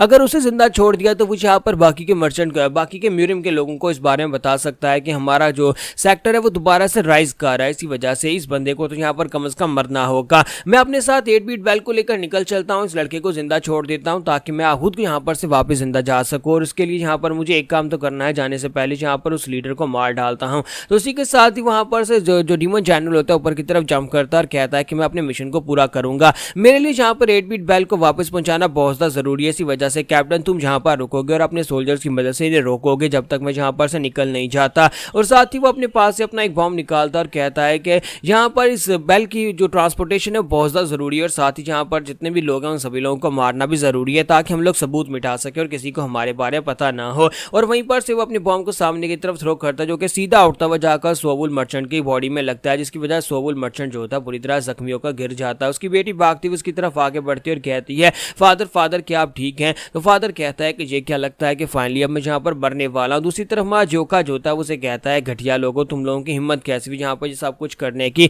तो सोयल भी कहता है कि अब तुम यहाँ पर खुद ही गिव अप कर दो वरना मैं तुम सभी लोगों को बहुत ही बुरी तरह से मारने वाला हूँ। जबकि कैप्टन जनरल उसे कहते हैं कि लड़के तुम्हें क्या लगता है कि तुम यहाँ पर मुझे रोक पाओगे, मैं यहाँ पर अपने मिशन को पूरा करूंगा। और साथ ही वहां से फिर से भागना शुरू कर देता है, जबकि माँ जोखा उसके पीछे जाता है। जोखा जैसे ही वहां पर उसके पीछे जाता है इसी के साथ शैडो कॉर्प्स जो होते हैं उसका रास्ता ब्लॉक करते हैं और कहते हैं कि हम लोग यहाँ पर से अपने जनरल तक पहुंचने नहीं दे सकते। और इसी के साथ ही हमारा जो कैप्टन होता है अपने सोल्जर से कहता है कि तुम में से जो भी पीछे हटा उसे मैं अपने हाथों से मार डालूंगा, या तो यहाँ पर आगे बढ़कर मरो या फिर मेरे हाथ से मरो। और सभी लोग जो होते हैं और उसको फॉलो करते हैं माँ जोखा की तरफ आगे बढ़ते हैं। जबकि माँ जोखा जो होता है वहां पर अपनी 9 हेवंस आर्ट को यूज करने लगा है, वो ऊपर की तरफ जंप करता है। 9 बार ऊपर की तरफ फ्लिप करने के बाद वो 9 स्ट्राइक्स लगाता है जिसे 9 ड्रैगन्स ट्विस्टर टेक्निक कहा जाता है। वो स्पेशल टेक्निक के साथ जब वहां पर अपनी टेक्निक को रिलीज करता है तो उस दिन वहां पर वो टेक्निक दोबारा से रीबॉर्न हुई, लेकिन पहले से भी ज्यादा पावरफुल। आज से 20 साल पहले जहां पर मून स्प्लिटिंग स्वर्ड्समैन ने जिस टेक्निक को यूज करके लूनार फेरी को हराया था, उसी टेक्निक को यहां पर दोबारा से आसमान के ऊपर देखा गया। जिन लोगों ने उस टेक्निक को पहले देखा था वो लोग इस टेक्निक को पहचानते हैं, लेकिन मुझे नहीं लगता कि इनमें से किसी ने इस टेक्निक को देखा होगा क्योंकि कोई भी इस टेक्निक को यहाँ पर पहचान नहीं रहा। तो आसमान के ऊपर से 9 एनर्जी बीम्स जो है वो ऊपर से नीचे की तरफ गिरती हैं। वो एनर्जी बीम्स इतनी पावरफुल हैं कि उसके साथ यहाँ पर जितने भी शैडो कॉर्प्स हिट होते हैं वो सारे के सारे मर जाते हैं। लेकिन वो डीमन जनरल जो है वहां पर से वक्त रहते निकल जाता है और साथ ही कैप्टन भी वहां पर से बचकर निकल जाता है। तो अब यहाँ पर उनके सामने ये सभी लोग बेबस थे, तो कैप्टन वहां पर सोच रहा होता है कि आज यहाँ पर ग्रैंड डीमन जनरल के सामने नहीं कुछ कर पाया तो मैं यहाँ पर क्या कर पाऊंगा। और वो भी वहां पर से भाग जाता है और कहता है कि उसके भागने के बाद मेरा भागना तो बनता है। जबकि डीमन जनरल वहां से भागकर जा रहा था और कहता है कि मुझे जल्दी से जल्दी वापस जाकर अपने लोगों को इस बारे में बताना होगा कि जियांगू के अंदर मॉन्स्टर्स भरे पड़े हैं। एक बच्चा जिसकी उम्र 20 साल भी नहीं है कि वो यहाँ पर एक ऐसी टेक्निक के साथ हम डीमंस को मार सकता है जिस टेक्निक्स के बारे में हमने सुना भी नहीं, वो इतनी पावरफुल टेक्निक्स हैं। और ये लड़का जो है इसकी वजह से मुझे यहाँ पर बहुत ज़्यादा शर्मिंदगी फेस करनी पड़ी है, लेकिन एक दिन मैं वापस आऊंगा और इस लड़के से आकर अपना बदला लूंगा। दूसरी तरफ हमारा जोखा जो है वो बहुत ज़्यादा गुस्से में है और वो उन लोगों का पीछा करके उनको मारना चाहता है, लेकिन वो ऐसा नहीं कर सकता क्योंकि वो यहाँ पर अपने ब्रदर्स की वजह से काफ़ी ज़्यादा शर्मिंदा है क्योंकि उसके ब्रदर्स बुरी हालत में हैं। वो यहाँ पर उन असैसिन से फाइट करते हुए काफ़ी लेट हो गया, जिसकी वजह से उसके पहुंचने में यहाँ पर देरी हुई और उसके ब्रदर्स बुरी तरह जख्मी हो गए। उसकी इकलौती फैमिली जहाँ पर जख्मी हालत में ग्राउंड के ऊपर गिरी पड़ी है, इसलिए उसे यहाँ पर फैसला करना होगा क्या वो उन लोगों के पीछे जाएगा या फिर यहाँ पर अपने ब्रदर्स के पास रुककर उनका इलाज करने में उनकी मदद करेगा। तो चीफ आगे बढ़ता है और उसे कहता है कि बच्चे मुझे इस बात की बहुत ज़्यादा खुशी है कि तुम टाइम के ऊपर आ गए। तो जोका कहता है कि अगर मैं यहाँ पर थोड़ा सा जल्दी आ जाता तो तुम सभी लोग जख्मी नहीं होते। तो उसे कहता है कोई बात नहीं, ये सब कुछ मेरी वजह से हुआ है क्योंकि मैं यहाँ पर नीचे उतरकर इन लोगों को बचाना चाहता था, ये मेरा फैसला था, तुम्हें यहाँ पर परेशान होने की ज़रूरत नहीं है। और इसी के साथ ही माँ जोका जिसने अपनी सारी ज़िंदगी यहाँ पर डर महसूस किया, जिसने अपनी सारी ज़िंदगी यहाँ पर अपनी स्टेप मदर से मार खाई है, जिसने सारी ज़िंदगी अकेले गुजारती, उसे यहाँ पर एक पहली बार तो प्यार महसूस हुआ, उसे पहली बार यहाँ पर एक फैमिली महसूस हुई। ये 9 लोग जो है ये इसकी फैमिली की तरह और सभी लोग इससे प्यार करते हैं। इसी वजह से माँ जोका को यहाँ पर काफ़ी ज़्यादा अफसोस हो रहा है कि वो यहाँ पर इतना स्ट्रॉन्ग नहीं था कि वो जल्दी यहाँ पर इनकी आकर मदद कर सकता। तो माँ जोका भी उस दिन यहाँ पर एक कसम खाता और कहता है कि मैं इतना स्ट्रॉन्ग बनूंगा कि दोबारा कभी यहाँ पर मेरी फैमिली को कोई हाथ भी नहीं लगा पाएगा। तो दूसरी तरफ दिखाता है कि वो सोवुल मर्चेंट ग्रुप के लीडर जो होते हैं बुरी हालत में होते हैं। उसके फादर उसे कहता है कि बेटी आप जल्दी से मुझे उठाओ, मुझे कुछ बात करनी है। तो वो उसे कहती है लेकिन डैड आपको लेटे रहना चाहिए, आपको उठना नहीं चाहिए। उसे कहती है लेकिन मुझे यहाँ पर इन हीरोज से बात करनी है जिन लोगों ने हमारी जान बचाई है। तो उसकी बेटी कहती है लेकिन फादर आपको यहाँ पर ट्रीटमेंट की जरूरत है। तो फादर उसे कहता है कि मेरे पास ज़्यादा समय नहीं बचा, मुझे जल्दी से जल्दी इन लोगों से बात करनी होगी, मुझे यहाँ पर इन लोगों से बात करके इनको थैंक यू बोलना है। तो अपनी बेटी से कहता है कि प्लीज़ जल्दी से उन लोगों को मेरे पास बुलाओ, मुझे उनसे आखिरी बात करनी है। तो यहाँ पर हमारी एपिसोड 46 का एंड होगा। नेक्स्ट एपिसोड में देखेंगे अब इनका सफर आगे कंटिन्यू तो होगा, लेकिन उसके बाद क्या इनके रास्ते में फिर से डीमंस आने वाले हैं या फिर ये सीधा अब यहाँ पर उस ग्रीन फॉरेस्ट समिट में पहुंच जाएंगे। तो गाइस कैसे हैं आप सब लोग। राइज ऑफ द ह्यूमनी लॉर्ड के एपिसोड 47 के साथ हाजिर हो। तो लास्ट एपिसोड के एंड पे हमने देखा था कि सोवुल मर्चेंट ग्रुप के लीडर जो होते हैं मरने वाले और मरने से पहले अपनी बेटी से कहते हैं कि क्या तुम उन लोगों को बुला सकती हो, मैं उन हीरोज के साथ बात करना चाहता हूँ क्योंकि उन लोगों ने हमारी जान बचाई है, वरना हमारे सभी के सभी लोग यहाँ पर मारे जाते। तो उसकी बेटी पहले तो उसे वहाँ पर कहती है कि तुम यहाँ पर बीमार हो, तुम मरने वाले हो, तो यहाँ पर सांस लो, आराम लो। लेकिन इसी के साथ यहाँ पर उनको बुलाया जाता है और सभी लोग उसके सामने आकर खड़े हो जाते हैं। तो सोवुल ग्रुप लीडर उनसे कहते हैं कि तुम सभी लोगों का बहुत बहुत शुक्रिया, तुम लोगों की वजह से हमारे मर्चेंट यूनियन के कितने सारे लोग बच पाएंगे, कम से कम मेरी बेटी अब खतरे से बाहर है। हालांकि मैं यहाँ पर बुरी हालत में हूँ, लेकिन इसके बावजूद मर्चेंट ग्रुप जो है वो सर्वाइव कर पाएगा। तुम लोगों ने जो कुछ भी किया उसके बाद हमारे पास जो कुछ है वो सब कुछ तुम्हारा है। हम लोग जितना भी गोल्ड अपने साथ लेकर जा रहे थे वो सारे का सारा हम तुम्हें दे देंगे, लेकिन इसके अलावा हम तुम्हें कुछ भी नहीं दे सकते। और साथ ही उसे कहता है कि मैं अपने सोवुल मर्चेंट ग्रुप के नाम पर यहाँ पर इस बात का वादा करता हूँ कि हम लोग अगर सर्वाइव कर गए तो फिर हम तुम्हें एक बहुत ही बड़ा इनाम देंगे। यानी कि अगर हम लोग सेफली जिस डेस्टिनेशन के पास पहुंचना चाहते हैं वहां पर पहुंच गए तो सोवुल मर्चेंट यूनियन की तरफ से तुम्हें पेमेंट दी जाएगी। और साथ ही वो उसे कहते हैं कि मुझे लगता है कि यहाँ पर तुम लोगों ने जितनी हमारी मदद की है उतना काफ़ी था, लेकिन अभी भी यहाँ पर तुम्हें हमारी मदद करनी पड़ेगी। तुम्हें मेरी बेटी को सेफली उस जगह का पहुँचाना होगा जहाँ पर हम लोग पहुँचना चाहते हैं। तो प्लीज़ क्या तुम लोग यहाँ पर मेरे ऊपर एक और एहसान करोगे, क्या तुम मेरी बेटी और मेरे बच्चे कुछ लोगों को उस जगह तक पहुँचा दोगे। प्लीज़ इस बात को मना मत करना क्योंकि मैं यहाँ पर अब मुश्किल से बच पाऊंगा, लेकिन तुम लोग जहाँ पर ये कर सकते हो, तुम लोग मेरी बेटी और मेरे लोगों को बचा सकते हो। और इसी के साथ यही उसके आखिरी अल्फाज थे। और उसके बाद सोवुल मर्चेंट ग्रुप लीडर जो होते हैं वहाँ पर मर जाते हैं और उनके मरने के बाद उनके ग्रुप के लोग जो होते हैं वो काफ़ी ज़्यादा उदास हो जाते हैं। और 5 पीक माउंटेन्स के जो हीरोज़ होते हैं वो यहाँ पर अब उसकी आखिरी ख्वाहिश को पूरा करेंगे। हालांकि उनकी डेस्टिनेशन भी सेम ही है, वो लोग एक ही जगह के ऊपर जाने वाले हैं, एक ही गाँव में जाकर अलग होंगे। तो इसका मतलब यह है कि वो लोग उनके साथ चल सकते हैं। और दूसरी वजह ये थी वो उन लोगों के साथ इसलिए भी जाना चाहते हैं क्योंकि यहाँ पर मर्चेंट ग्रुप के साथियों के साथ डॉक्टर्स भी थे जो कि उनके साथियों का इलाज कर सकते हैं, क्योंकि इस फाइट के दौरान उनके साथियों को काफ़ी बुरी तरह से चोटें लगी हैं जिसकी वजह से डॉक्टर्स की ज़रूरत थी। तो अब इसी के साथ इन लोगों का सफर फिर से स्टार्ट होता है और ये लोग रास्ते में आगे की तरफ जा रहे होते हैं। तो इस रास्ते में मास्टर शिम जो होते हैं वो चीफ से कहते हैं कि चीफ मेरी बात सुनो, हम लोग यहाँ पर से पैलगोंग माउंटेन की तरफ आगे बढ़ रहे हैं और तुम्हें पता है ना कि पैलगोंग माउंटेन के ऊपर किसका राज है, वो क्रिम्सन डेथ स्ट्रॉन्ग होल्ड की टेरिटरी है। क्रिम्सन डेथ का जो चीफ है वो काफी ज्यादा कमीना इंसान है और वो हर किसी को यहाँ पर से जाते हुए लूट लेता है। और तुम्हें क्या लगता है कि वो हमें छोड़ देगा? हमें भी नहीं छोड़ेगा, और अगर उसने हमारी शक्लें पहचान ली तो फिर बहुत ज्यादा मुश्किल हो जाएगी। तो चीफ उसे कहते हैं कि हमारे पास पास और कोई रास्ता नहीं है। तुम्हें भी ये बात अच्छी तरह से पता है कि हमारी सिचुएशन काफी ज्यादा खराब है और ऊपर से दिन बहुत ज्यादा कम रह गए हैं। हमें जल्दी से जल्दी साबियोंग में पहुंचना होगा और उसके लिए हमें इसी माउंटेन को पार करके जाना पड़ेगा, वरना एक बहुत ही लंबा डिटोर लेना पड़ेगा। माउंटेन्स के पीछे से घूम कर जाएंगे तो कम से कम यहाँ पर एक हफ्ता एक्स्ट्रा लगने वाला है और हम लोग कभी भी वहां पर नहीं पहुंच पाएंगे, उस कंपटीशन में लेट हो जाएंगे। तो इसका मतलब यह है कि हमें यहीं पर से गुजर कर जाना पड़ेगा। और वैसे भी क्रिम्सन डेथ लीडर जो है वो इतना बेवकूफ नहीं होगा कि हमारे जैसे मर्चेंट्स को लूटने की कोशिश करेगा। इस वक्त हम सभी लोग इस वक्त मर्चेंट्स की तरह लग रहे हैं, लूटे हुए मर्चेंट्स की तरह। हमारे पास तो कैरेज भी नहीं है, ना ही हमारे पास कोई सामान है जो कि उन्हें दिखाई दे रहा हो कि इनके पास है लूटा जा सकता है। क्या तुम्हें लगता है कि कोई लुटेरा इतना पागल होगा या फिर इतना बेवकूफ होगा कि वो यहाँ पर हमारे जैसे लुटे हुए मर्चेंट्स को लूटने की कोशिश करेगा? तो मास्टर शिमो से कहते हैं कि चीफ मैं आपकी बात मान तो लेता हूँ, लेकिन मुझे यहाँ पर कुछ गड़बड़ जरूर लग रही है। तो यहीं पर से नेक्स्ट सीन जो होता है हमें एक माउंटेन का दिखाया जाता है जहां पर बर्फ पड़ी होती है और बर्फ के बीचों बीच वहां पर हमारे जनरल को दिखाता है। डिमोनिक जनरल जो होता है उस जगह के ऊपर पहुंच जाता है। वहां पर पहुंचने के बाद एक माउंटेन के ऊपर जाकर अपना हाथ रखता है।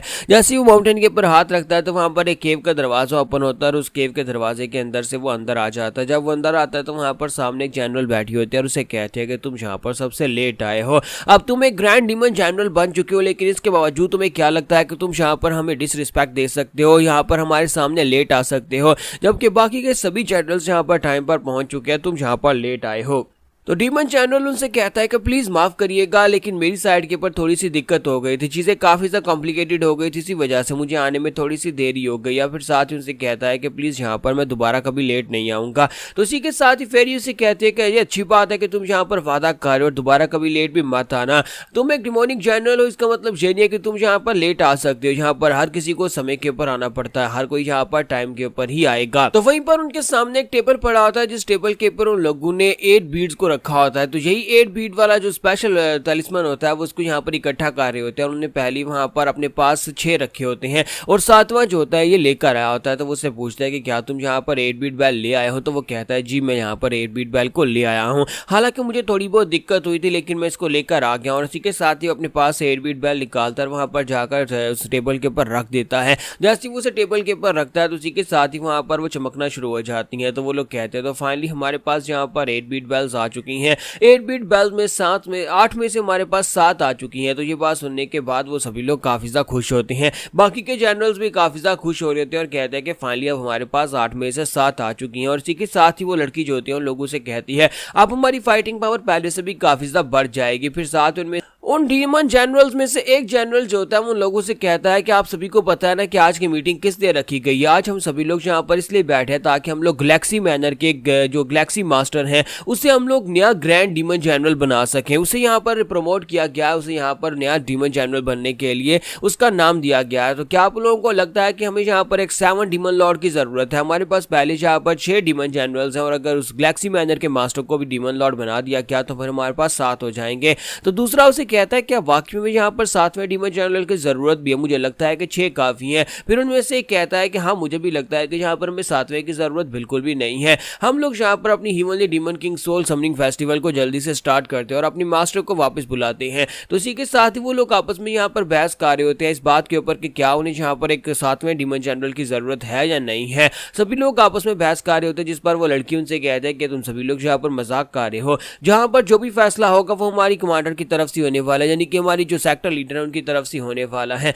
हालांकि ग्रेट सेक्टर लीडर अभी तक यहाँ पर नहीं है, लेकिन वो बहुत ही जल्दी अपनी सर्कुलेशन से निकल कर आएंगी। लेकिन जब वो वापस आएंगे तो कम से कम उनके पास यहाँ पर उनके डिमोनिक जनरल्स तो होने चाहिए। हमारे पास कम से कम 12 डिमोनिक जनरल्स होने चाहिए और फिलहाल हमारे पास सिर्फ और सिर्फ 6 डिमोनिक जनरल्स हैं। हमारा पहला प्लान यही है कि हमें सबसे पहले यहाँ पर अपने डीमन जनरल्स को इंक्रीज करना है। जब 7 डीमन जनरल्स हो जाएंगे तब हम लोग 8वीं बेल को भी ढूंढ निकालेंगे और 8वीं बेल को ढूंढने के बाद हम लोग अपने डिमोनिक सोल्जर्स को इंक्रीज करेंगे, जिससे हमारी आर्मी बढ़ जाएगी। हमारा मेन मकसद म्यूरियम के ऊपर कब्जा करना है। दोबारा से म्यूरियम के अंदर जाकर उन लोगों को यह दिखाना है कि हम लोग अभी भी यहाँ पर हारे नहीं हैं। इन लोगों ने 20 साल पहले हमारे साथ जो कुछ भी किया था उसके बावजूद हम लोग दोबारा राइज करेंगे। हमारे 7 डीमन जनरल्स का मकसद यही होने वाला है कि हम सभी लोग मिलकर अपनी सोल्जर्स को बढ़ाएंगे और अपने सोल्जर्स और अपने नीचे फॉलोअर्स को लेकर इनके ऊपर जाकर अटैक करेंगे। तो उसकी बात सुनने के बाद अब जो हमारा डीमन चैनल होता है वो उसे कहता है कि लेकिन मुझे लगता है कि इसमें एक छोटी सी दिक्कत है। तो वो लोग उसे कहते हैं कि इस बात का क्या मतलब है। तो इसी के साथ डीमन चैनल कहता है कि मैं अपने साथ शैडो कार्प्स को लेकर गया था। ब्लैक शैडो कार्प्स मेरे मिशन का हिस्सा थे और हम सभी लोगों ने मिलकर एक स्ववोल मर्चेंट ग्रुप के लोगों के ऊपर अटैक करके उनके पास से 8 बिट बैल को छीनना था। लेकिन वहां पर कुछ एक वेरिएबल आ गया। वहां पर एक बच्चा था, एक बच्चा जिसने मुझे बहुत ही बुरी तरह से पीटा, एक बच्चा जिसने 12 डिमोनिक वॉरियर्स और साथ में हमारे जैसे एक जनरल को फाइट में हरा दिया। क्या तुम लोग यहाँ पर इस बात को समझ सकते हो कि एक बच्चा जिसने यहाँ पर मुझे हरा दिया हो, क्या ऐसा पॉसिबल है? क्या तुम्हें लगता है कि म्यूरियम के अंदर इतने मॉन्स्टर्स भरे पड़े हैं कि उनमें से एक बच्चा जिसके साथ मेरा सामना हो गया, और हम लोग यहाँ पर अभी इतने कॉन्फिडेंट नहीं है? मुझे लगता है कि हम लोग यहाँ पर इस बारे में सोचना चाहिए कि यहाँ हम लोग म्यूरियम के अंदर जाकर दोबारा से अपने कल्ट को राइज करने के लिए उन सभी को सबक सिखा सकते हैं या नहीं। तो यहाँ पर हमारी एपिसोड 47 का एंड होगा और नेक्स्ट एपिसोड में देखेंगे कि डीमन चैनल जब यहाँ पर इन लोगों को बताएगा उस बच्चे की स्पेशल आर्ट्स के बारे में, तो क्या इनमें से कोई उसे पहचान पाएगा। तो लास्ट एपिसोड के एंड पे हमने देखा था कि डीमन चैनल जो होता है अपने बाकी के चैनल साथियों को इस बारे में बता रहा होता है कि जिसके साथ उसका सामना हुआ वो एक एब्सोल्यूट मॉन्स्टर था। हालांकि वो बच्चा था, उसकी उम्र अभी तकरीबन 20 साल भी नहीं होगी, लेकिन वो बहुत ज़्यादा स्ट्रॉन्गर था और मॉन्स्ट्रॉसिटी के साथ उसने यहाँ पर मेरी टेक्निक को भी हरा दिया। मेरी स्पेशल टेक्निक आपको पता है कि मैं एक सोर्सरर हूँ और मैं यहाँ पर मैजिक टेक्निक्स को यूज़ किया था, लेकिन इसके बावजूद उसने मेरी मैजिक टेक्निक को तोड़ दिया। तो ये बात सुनने के बाद वो लड़की से कह दिया कि ऐसा कैसे पॉसिबल है? अगर वो यहाँ पर एक एक्सट्रीम मार्शल मास्टर नहीं था तो फिर वो यहाँ पर इतनी आसानी के साथ तुम्हारी टेक्निक को कैसे तोड़ सकता है? जिस तरह से तुम कह रहे हो कि वो एक बच्चा था, फिर यहाँ पर एक ग्रेट डीमन जनरल यहाँ पर एक बच्चे से कैसे हार कर आ सकता है? तो इसी के साथ ही जनरल उनसे कहता है कि जबकि मेरा मिशन यहाँ पर इस आर्टिफैक्ट को सही सलामत वापस लेकर आना था, इसी वजह से मैं वहां पर से भाग कर आ गया। मैं उस फाइट को वहीं पर छोड़कर आ गया, लेकिन अफसोस कि वहां पर ब्लैक शैडो कैप्टन और साथ में उसकी पूरी की पूरी आर्मी जो है वो उस लड़के के हाथ से मारी गई है। अब मैं यहाँ पर आपको इसलिए बता रहा हूँ क्योंकि यहाँ पर इस तरह का एक वेरिएबल है जो बहुत ज्यादा खतरनाक है, जो कि हमारे मिशन में रुकावट बन सकता है। तो हमें सबसे पहले इस तरह के वेरिएबल्स को ठिकाने लगाना चाहिए जो कि आगे जाकर बहुत ज्यादा स्ट्रॉन्गर बन सकते हैं। और साथ ही वो कहता है कि मैंने इस तरह की मार्शल आर्ट्स पहले कभी नहीं देखी। वो लड़का जो था उसने आसमान के ऊपर जंप लगाई, यानी ऊपर ऊपर आसमान की तरफ जंप लगाया 8 बार, यानी 7 बार वहां पर आसमान में उसने जंप लगाई और फ्लिप किया। और उसके बाद उसने वहां पर जो टेक्निक यूज की, उस टेक्निक के अंदर से एक बड़ा सा थंडर ड्रैगन निकला था और साथ ही वहां पर 7 अलग अलग किस्म की वहां पर बीम्स निकली थी। 7 एनर्जी बीम्स के साथ उसने वहां पर ग्राउंड के ऊपर जितने भी हमारे ब्लैक शैडो कार्प्स के सोल्जर्स थे उनके ऊपर अटैक किया था। तो जैसे ही वहां पर लूनार फेरी उसकी बात सुनती है, इसी के साथ बहुत ज्यादा हैरान हो जाती है और कहती है क्या तुमने यहाँ पर 9 ब्लेड एनर्जीज कहा, ऐसा कैसे पॉसिबल है? तो यहीं पर नेक्स्ट सीन में पालगोंग माउंटेन का दिखाया जाता है कि ये सभी लोग जो होते हैं फाइनली पालगोंग माउंटेन के ऊपर पहुंच जाते हैं। और जैसा कि इन्हें इस बात का डर था कि क्रिम्सन डेथ मास्टर जो है वहां पर उनके सामने आ ही जाएंगे, तो इसी के साथ ही वो वहां पर उनके सामने आ जाते हैं। तो बैंडेड चीफ जो होता है उसके सामने आकर खड़ा हो जाता है और कहता है कि तुम लोगों की हिम्मत कैसे हुई यहाँ पर पालगोंग माउंटेन में आने की? अब जबकि तुम लोग यहाँ पर पालगोंग माउंटेन में आ चुके हो तो फिर तुम यहाँ पर फीस दिए बिना बिल्कुल भी नहीं जा सकते। तो ये क्रिम्सन डेथ स्ट्रॉन्ग होल्ड का मास्टर होता है, मास्टर एक्स ह्योक्योंग, जो तो ब्लड एक्स हीवनली ब्लड एक्स भी से कहते हैं, ये इसका टाइटल होता है। तो वो कहता है कि तुम सभी लोगों को पता ही होगा कि ग्रीन फॉरेस्ट के क्रिम्सन डेथ स्ट्रॉन्ग होल्ड के अंदर से तुम गुजर कर जाने वाले हो और तुम्हें यह भी पता होगा कि यहाँ पर से बिना टोल टैक्स दिए तुम लोग नहीं जा सकते। अगर तुम लोग जिंदा रहना चाहते हो तो फिर तुम्हें यहाँ पर पेमेंट करनी होगी। तो इसी के साथ ही वो लड़की आगे बढ़ती है और उनसे कहती है लेकिन हमारे पास ज्यादा कुछ नहीं है। तो मास्टर से कहते हैं कि तुम्हें यहाँ पर 200 नियांग पर पर्सन देने होंगे, अगर तुम यहाँ पर 200 नियांग पर पर्सन दोगे तभी जा पाओगे। जबकि चीफ जो होता है मास्टर शिम से कहता है क्या 200? हम लोग तो सिर्फ और सिर्फ अपने इलाके में 20 लेते हैं और ऊपर से ये देखो ये 200 मांग रहे हैं। एक बंदे के हिसाब से 200 तो बहुत ज्यादा बन जाएंगे। तो मास्टर शिम उसे कहते हैं हाँ ये लोग यहाँ पर मर्चेंट्स को लूटने हैं और हम लोग यहाँ पर देखो हम लोग मर्चेंट्स को भी लूटते हैं, लेकिन हम लोग इतना कम लूटते हैं कि मर्चेंट्स बड़ी आसानी से वहां से गुजर कर चले जाते हैं, लेकिन ये लोग तो कुछ ज्यादा ही स्ट्रिक्ट हैं। और तुमने तो कहा था कि यहाँ पर हमारे पास कैरेज भी नहीं है और हमारी शक्ल भी लुटे हुए मर्चेंट्स की तरह है, तो ये हमें जाने देंगे? अब बताओ कि क्या हमें ये जाने देंगे? तो इसी के साथ ही मास्टर शिमू से कहता है कि मुझे नहीं लगता कि ये हमें जाने देंगे। तो मास्टर शिमू से कहता है कि अगर इन लोगों ने हमारी शक्लें पहचान ली और जाकर हमारे ग्रीन फॉरेस्ट किंग को बता दिया तो फिर तो बहुत बड़ी दिक्कत हो जाएगी। अगर उसने जाकर बता दिया कि हम लोग यहाँ पर एक मर्चेंट यूनियन के लोगों को प्रोटेक्शन दे रहे थे,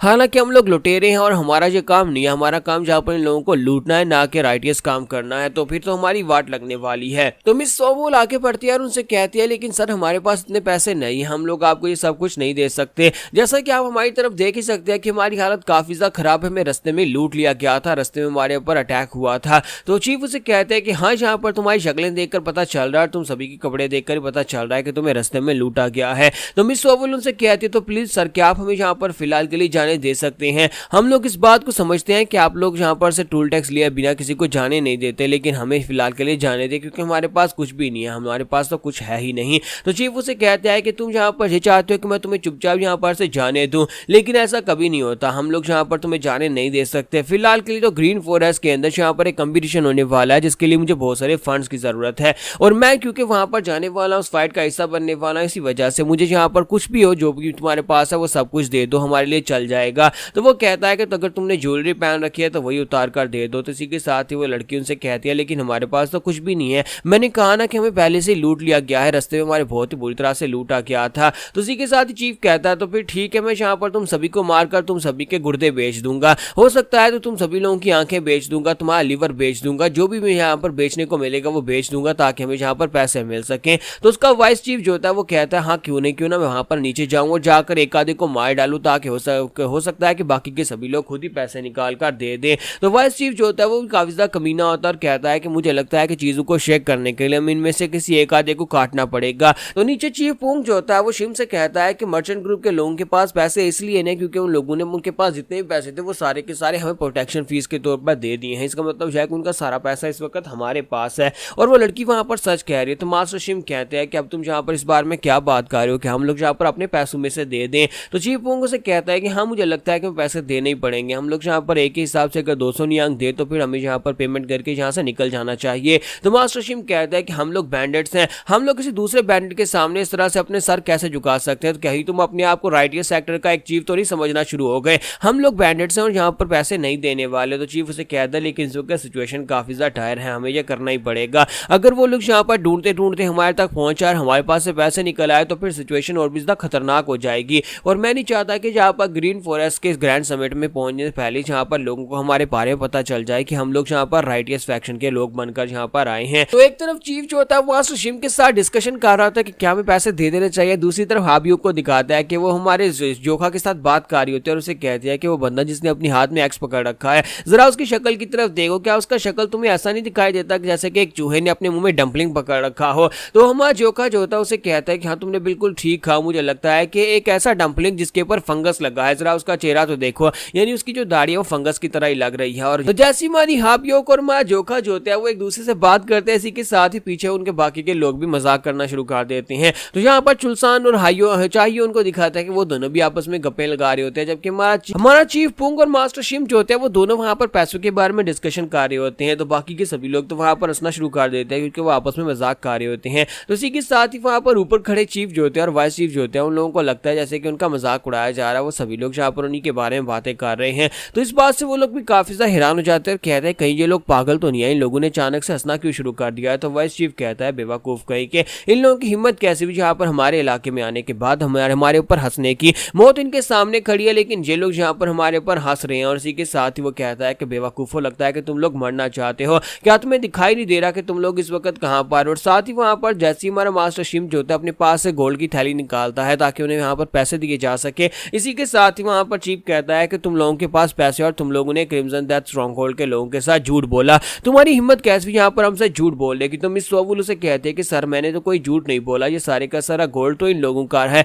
मर्चेंट ग्रुप का नहीं है। मर्चेंट ग्रुप के लोग तो सिर्फ हम लोग हैं, हमें यहाँ पर रास्ते में लूटा गया था और ये राइटियस फैक्शन के लोग हमें यहाँ पर मदद दे रहे हैं और इसलिए हमने ये सारा गोल्ड इनको दे दिया है। तो इसी के साथ ही चीफ आगे बढ़ता है, सॉरी वाइस चीफ आगे बढ़ता है और कहता है कि तुम लोगों ने यहाँ पर हमारा मजाक उड़ाया और साथ ही तुम लोगों ने हमसे झूठ बोला, इसका मतलब यह है कि अब मैं तुम में से एक दो को मारकर जहाँ पर तुम्हें दिखाता हूँ क्या है सिचुएशन कितनी ज्यादा खतरनाक है और तुम लोग इस वक्त कौन से स्ट्रॉन्ग होल्ड के अंदर हो। वाइस चीफ उनसे कहता है कि हम लोगों ने तुम्हें पहले ऑफर की थी कि 200 नियांग पर पर्सन दो और चुपचाप यहाँ पर से निकल जाओ, लेकिन अब वो डील खत्म हो चुकी है, अब तुम्हें यहाँ पर तुम्हारे पास जो कुछ भी है वो सब कुछ देना होगा और उसके बाद भी हम तुम्हें मार डालेंगे।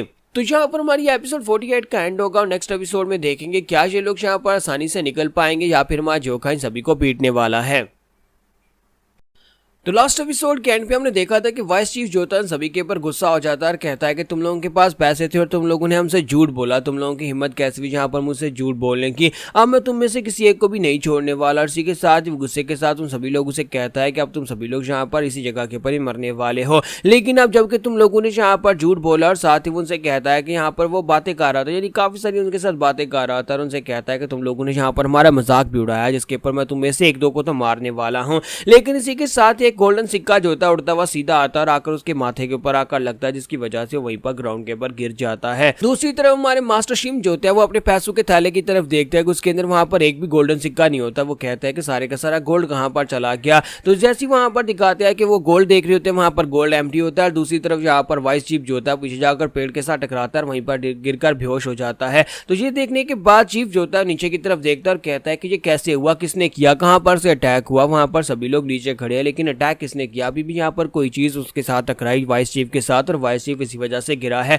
क्या उनके पास कोई मार्शल मास्टर है? दूसरी तरफ चीफ पोंग कहते हैं कि लगता है कि अब यहाँ पर फाइनली फाइट होने वाली है। तो मास्टर शिमू से कहते हैं कि इसका मतलब है कि हमारी वाट लगने वाली है। अगर इन लोगों ने हमारे चेहरे पहचान लिए तो वहां पर जाकर ग्रीन फॉरेस्ट किंग से हमारी शिकायत लगा सकते हैं। दूसरी तरफ हमारा जोखा जो होता है उसने अपने हाथ में वहां पर सिक्के पकड़ रखे होते हैं और उसे कहता है कि तुम्हारी यहाँ पर शक्ल देखकर हमें हंसी आ रही थी और तुमने यहाँ पर हमें इस जगह के ऊपर रोक रखा है, जबकि हम तुम्हें बता रहे हैं कि हमारे पास पैसे नहीं है, रास्ते में हमें लूट लिया गया, लेकिन इसके बावजूद तुम यहाँ पर आगे से बकवास किए जा रहे हो। इसका मतलब है कि तुमने यहाँ पर बहुत बड़ी गलती कर दी मेरी फैमिली के साथ पंगा लेकर। फिर साथ ही हमारा जोन जो होता है वहीं पर से अपने एक और गोल्डन सिक्के को सामने की तरफ थ्रो करता है जो कि सीधा जाकर चीफ के माथे में लगता है। जब चीफ के माथे में और उसके साथियों के माथे में वो एक एक गोल्डन सिक्का मारता है तो सभी के सभी वहीं पर ग्राउंड के ऊपर गिर जाते हैं। तो चीफ पोंग अपने साथियों से कहता है कि सभी लोग अपने चेहरे को कवर कर लो ताकि ये लोग तुम्हारे चेहरे को पहचान ना पाए। तो वो सभी लोग अपने अपने चेहरे को कवर तो कर लेते हैं लेकिन साथ ही कहते हैं कि लेकिन ये लोग हमारा चेहरा तो पहले ही देख चुके हैं। और साथ ही वो से कहते हैं लेकिन अब जबकि जोखा ने ओपनली उनके ऊपर अटैक कर दिया और सभी के सभी को ग्राउंड के ऊपर गिरा दिया है, तो क्या तुम्हें लगता है कि वो जोखा के चेहरे को भुला पाएंगे? वो लोग इसकी शक्ल को बिल्कुल भी नहीं भूलने वाले।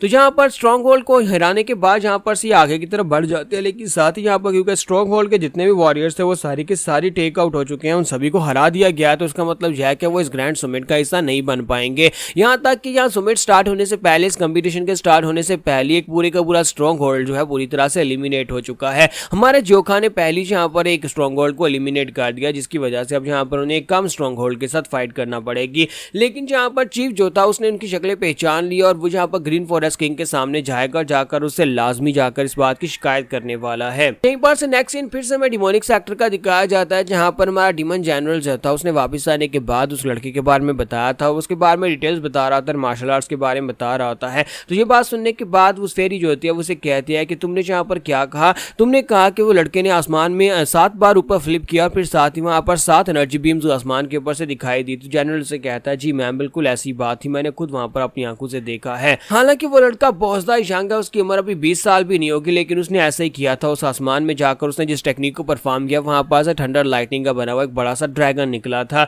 तो इस बात से फेरी कहती है कि यहाँ पर 9 ब्लेड एनर्जी थी, इसका मतलब है कि ये 9 ब्लेड स्वर्ड एनर्जी हो सकती है, ये 9 ब्लेड स्वर्ड टेक्निक हो सकती है। लेकिन यहाँ पर उस लड़के को देखने के बाद मुझे भी कुछ याद आ रहा है, आज से 20 साल पहले मैंने भी यहाँ पर किसी से फाइट की थी। लेकिन जो बहुत ज्यादा रेयर है कि कोई वैसी सेम टेक्निक को इतने सालों के बाद भी यूज करे। फिर साथ ही उसे कहता है कि तुमने इस कहा ना कि वो एक बच्चा है, अब जबकि तुमने कहा कि वो एक बच्चा है, अगर वो अभी तक जिंदा है तो उसका मतलब है कि उसकी उम्र तो यहाँ पर 50 साल होनी चाहिए थी जिस बंदे ने यहाँ पर आज से 20 साल पहले हमारे से फाइट की थी। तो ग्रेट डीमन चैनल उसे कहता है कि मैम उसकी उम्र मुझे तकरीबन 15 साल लगती है, उसकी उम्र उसकी 15 साल होगी। साथ उस लड़के के बाल जो थे वो रेड कलर के थे और ऊपर से ये वो मार्शल आर्ट्स नहीं ऑर्थोडॉक्स मार्शल आर्टिस्ट जैसे उसने कपड़े पहने हुए थे। तो ये बात सुनने के बाद उसकी मास्टर से कहती है कि क्या उसके रेड कलर के बाल थे, यानी कि अब यहाँ पर मुझे समझ जा रही है कि उसके बाल रेड कलर के क्यों होंगे और उसकी एज भी अगर 15 साल है तो फिर इसका मतलब यह है कि उसका सक्सेसर हो सकता है। क्या तुम्हें पता है कि 20 साल पहले क्या हुआ था? 20 साल पहले यहाँ पर लूनार फेरी ने जब पूरी दुनिया को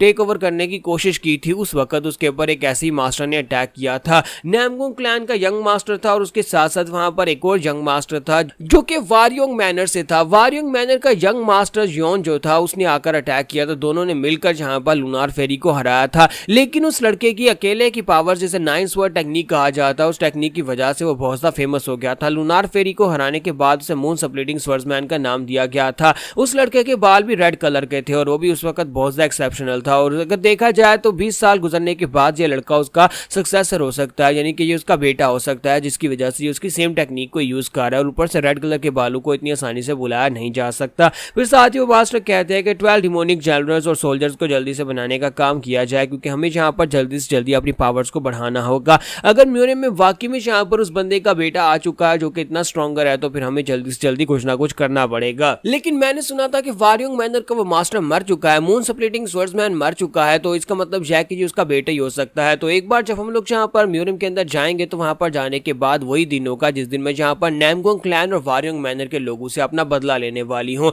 मैं इन लोगों से बदला लूंगी और हिस्ट्री में, म्यूनियम की हिस्ट्री से इन लोगों का नामो निशान मिटा दूंगी। दूसरी तरफ दिखाता है कि मां ज्योका अपने साथियों के साथ आगे की तरफ बढ़ रहा था और सभी लोग यहाँ पर उस जगह के ऊपर पहुंचने वाले हैं। मान सापियों के करीब एक गांव होता है जहां पर सभी के सभी बैंडर्स जो होते हैं आकर जमा होते हैं, क्योंकि ग्रीन फॉरेस्ट के बैंडर्स के लिए ये समिट जो है ये बहुत ज्यादा जरूरी है। तो इसी गांव के अंदर आकर सारे के सारे बैंडर्स इकट्ठे हो रहे होते हैं। हालांकि यहाँ पर जो सारे के सारे लुटेरे, लेकिन इस गांव के अंदर आने के बाद कुछ रूल्स को भी फॉलो करना पड़ेगा। ग्रीन फॉरेस्ट की तरफ से यहाँ पर जितने पावरफुल फोर्सेस हैं वो एक दूसरे को चेक एंड बैलेंस में रखते हैं, ताकि ये लोग यहाँ पर खून खराबा ना करें और यहाँ पर रहने वाले आम निर्दोष लोग जो उनके साथ ज्यादा बदतमीजी ना करें या फिर उन लोगों को डिस्टर्ब ना करें। तो अब क्योंकि यहाँ पर डिफरेंट स्ट्रॉन्ग होल्ड्स के ऊपर से डिफरेंट लोग आए हुए हैं, तो यहाँ पर तकरीबन जो है हर एक सेक्टर का चीफ और वाइस चीफ और साथ में उनकी जितनी पावरफुल फोर्सेज हैं वो सारी यहाँ पर आई हुई हैं। तो एक लड़का अपने मास्टर से कह रहा था कि ग्रैम्स देखो यहाँ पर कितने सारे बैंडर्स आए हुए हैं इस गांव के अंदर, तो हर जगह के ऊपर ग्रीन फॉरेस्ट के बैंडर्स ही बैंडर्स हैं, ये तो सिर्फ और सिर्फ एग्जीक्यूटिव्स हैं। अगर यहाँ पर इन सभी लोगों की ओरिजिनल ऑर्गेनाइजेशन के सभी लोग आ जाएं तो ऐसा लगेगा ग्रीन फॉरेस्ट के लोग अपनी एक आर्मी बना रहे हैं।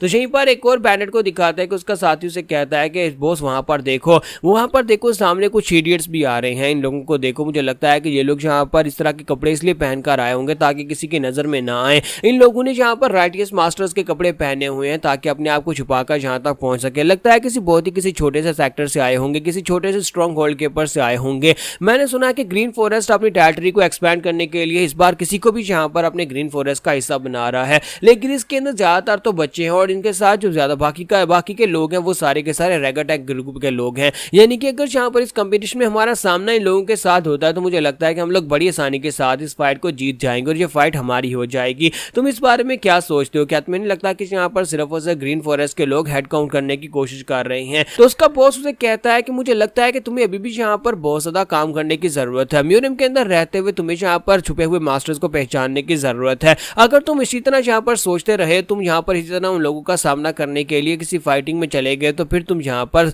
वक्त से पहले मारे जाओगे। क्या तुम वहां पर देख रहे हो उन लोगों को? उनका ग्रुप बहुत ज्यादा कमजोर लग रहा है, लेकिन क्या तुम वो सुरख बालू वाले लड़के को देख रहे हो? अगर तुम यहाँ पर ज्यादा लंबे अरसे तक जिंदा रहना चाहते हो तो उस लड़के के साथ पंगा बिल्कुल ही मत लेना और दुआ करना कि कंपटीशन में तुम्हारा सामना उस लड़के के साथ ना हो जाए, क्योंकि अगर तुम्हारा सामना उस लड़के के साथ हो गया तो फिर तुम यहाँ पर फाइट शुरू होने से पहले ही हार जाओगे। तो उसका साथी उसे कहता है कि बॉस वो तो सिर्फ एक बच्चा है, तुम उसके बारे में ऐसा कैसे कह सकते हो? तो वो उसे कहता है कि हाँ वो एक बच्चा है, लेकिन मुझे यहाँ पर उसे देखकर ही पता चल रहा है कि वो एक मॉन्स्टर है। तो यहाँ पर हमारी एपिसोड 49 का एंड होगा और नेक्स्ट एपिसोड में हम लोग देखेंगे कब यहाँ पर कंपटीशन स्टार्ट होगा।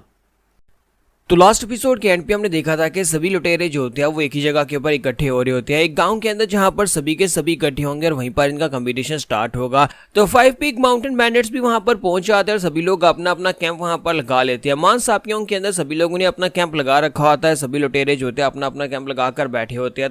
तो सेकंड ब्रदर कहता है कि देखो तो जरा यहाँ पर कितने सारे लोग आए हैं। अगर ये सिर्फ और सिर्फ एग्जीक्यूटिव्स हैं, यानी स्पेशल लोग हैं जो कि सिर्फ इस कंपटीशन का हिस्सा बनने वाले हैं, और अगर इनकी मेन फोर्सेस को देखा जाए तो मुझे लगता है कि ग्रीन फॉरेस्ट तो अपनी एक आर्मी बना सकता है और ग्रीन फॉरेस्ट की आर्मी जो है अगर चाहे तो वो पूरे के पूरे म्यूनियम के ऊपर कब्जा भी कर सकती है। जबकि चीफ उसे कहता है कि आसपास की बातें करना बंद करो, चुपचाप जल्दी से अपना स्टफ जो है वो अनलॉक करना स्टार्ट करो, हमें जल्दी से जल्दी अपना कैंप लगाना होगा, फिर साथ ही हमें कहीं पर जाना भी है। तो वो उसे कहता है लेकिन हमें कहाँ पर जाना है? तो चीफ उसे कहता है क्या तुम भूल गए हमने यहाँ पर कहां पर जाना है? तुम्हें अच्छी तरह से पता है कि डायबियोल ग्रुप के लोगों ने यहाँ पर हमें ग्रीन फॉरेस्ट का झंडा दिया था और हमें जाकर डायबियोल स्ट्रॉन्ग होल्ड के सीनियर से जाकर बात करनी होगी, हमें जाकर उन्हें रिस्पेक्ट देनी होगी। ये उनका हमारा जो फर्ज बनता है कि हम उनके पास जाएं और जाकर उन्हें रिस्पेक्ट दें। सेकंड ब्रदर उसे कहता है कि अभी तो हम लोग यहाँ पर पहुंचे, कभी हमें जाकर उनसे जाकर मिलना पड़ेगा। तो उसे कहता है हाँ अभी जाकर उनसे मिलना पड़ेगा। आज यहाँ पर ग्रीन फॉरेस्ट के अंदर इतनी आसानी से हमें एंट्री मिल गई है तो ये सिर्फ और सिर्फ उनकी वजह से पॉसिबल हो पाया है। और तुम्हें नहीं लगता कि यहाँ पर आने के बाद सबसे पहली चीज हमें यही करनी चाहिए, जाके अपने सीनियर्स को रिस्पेक्ट देनी चाहिए?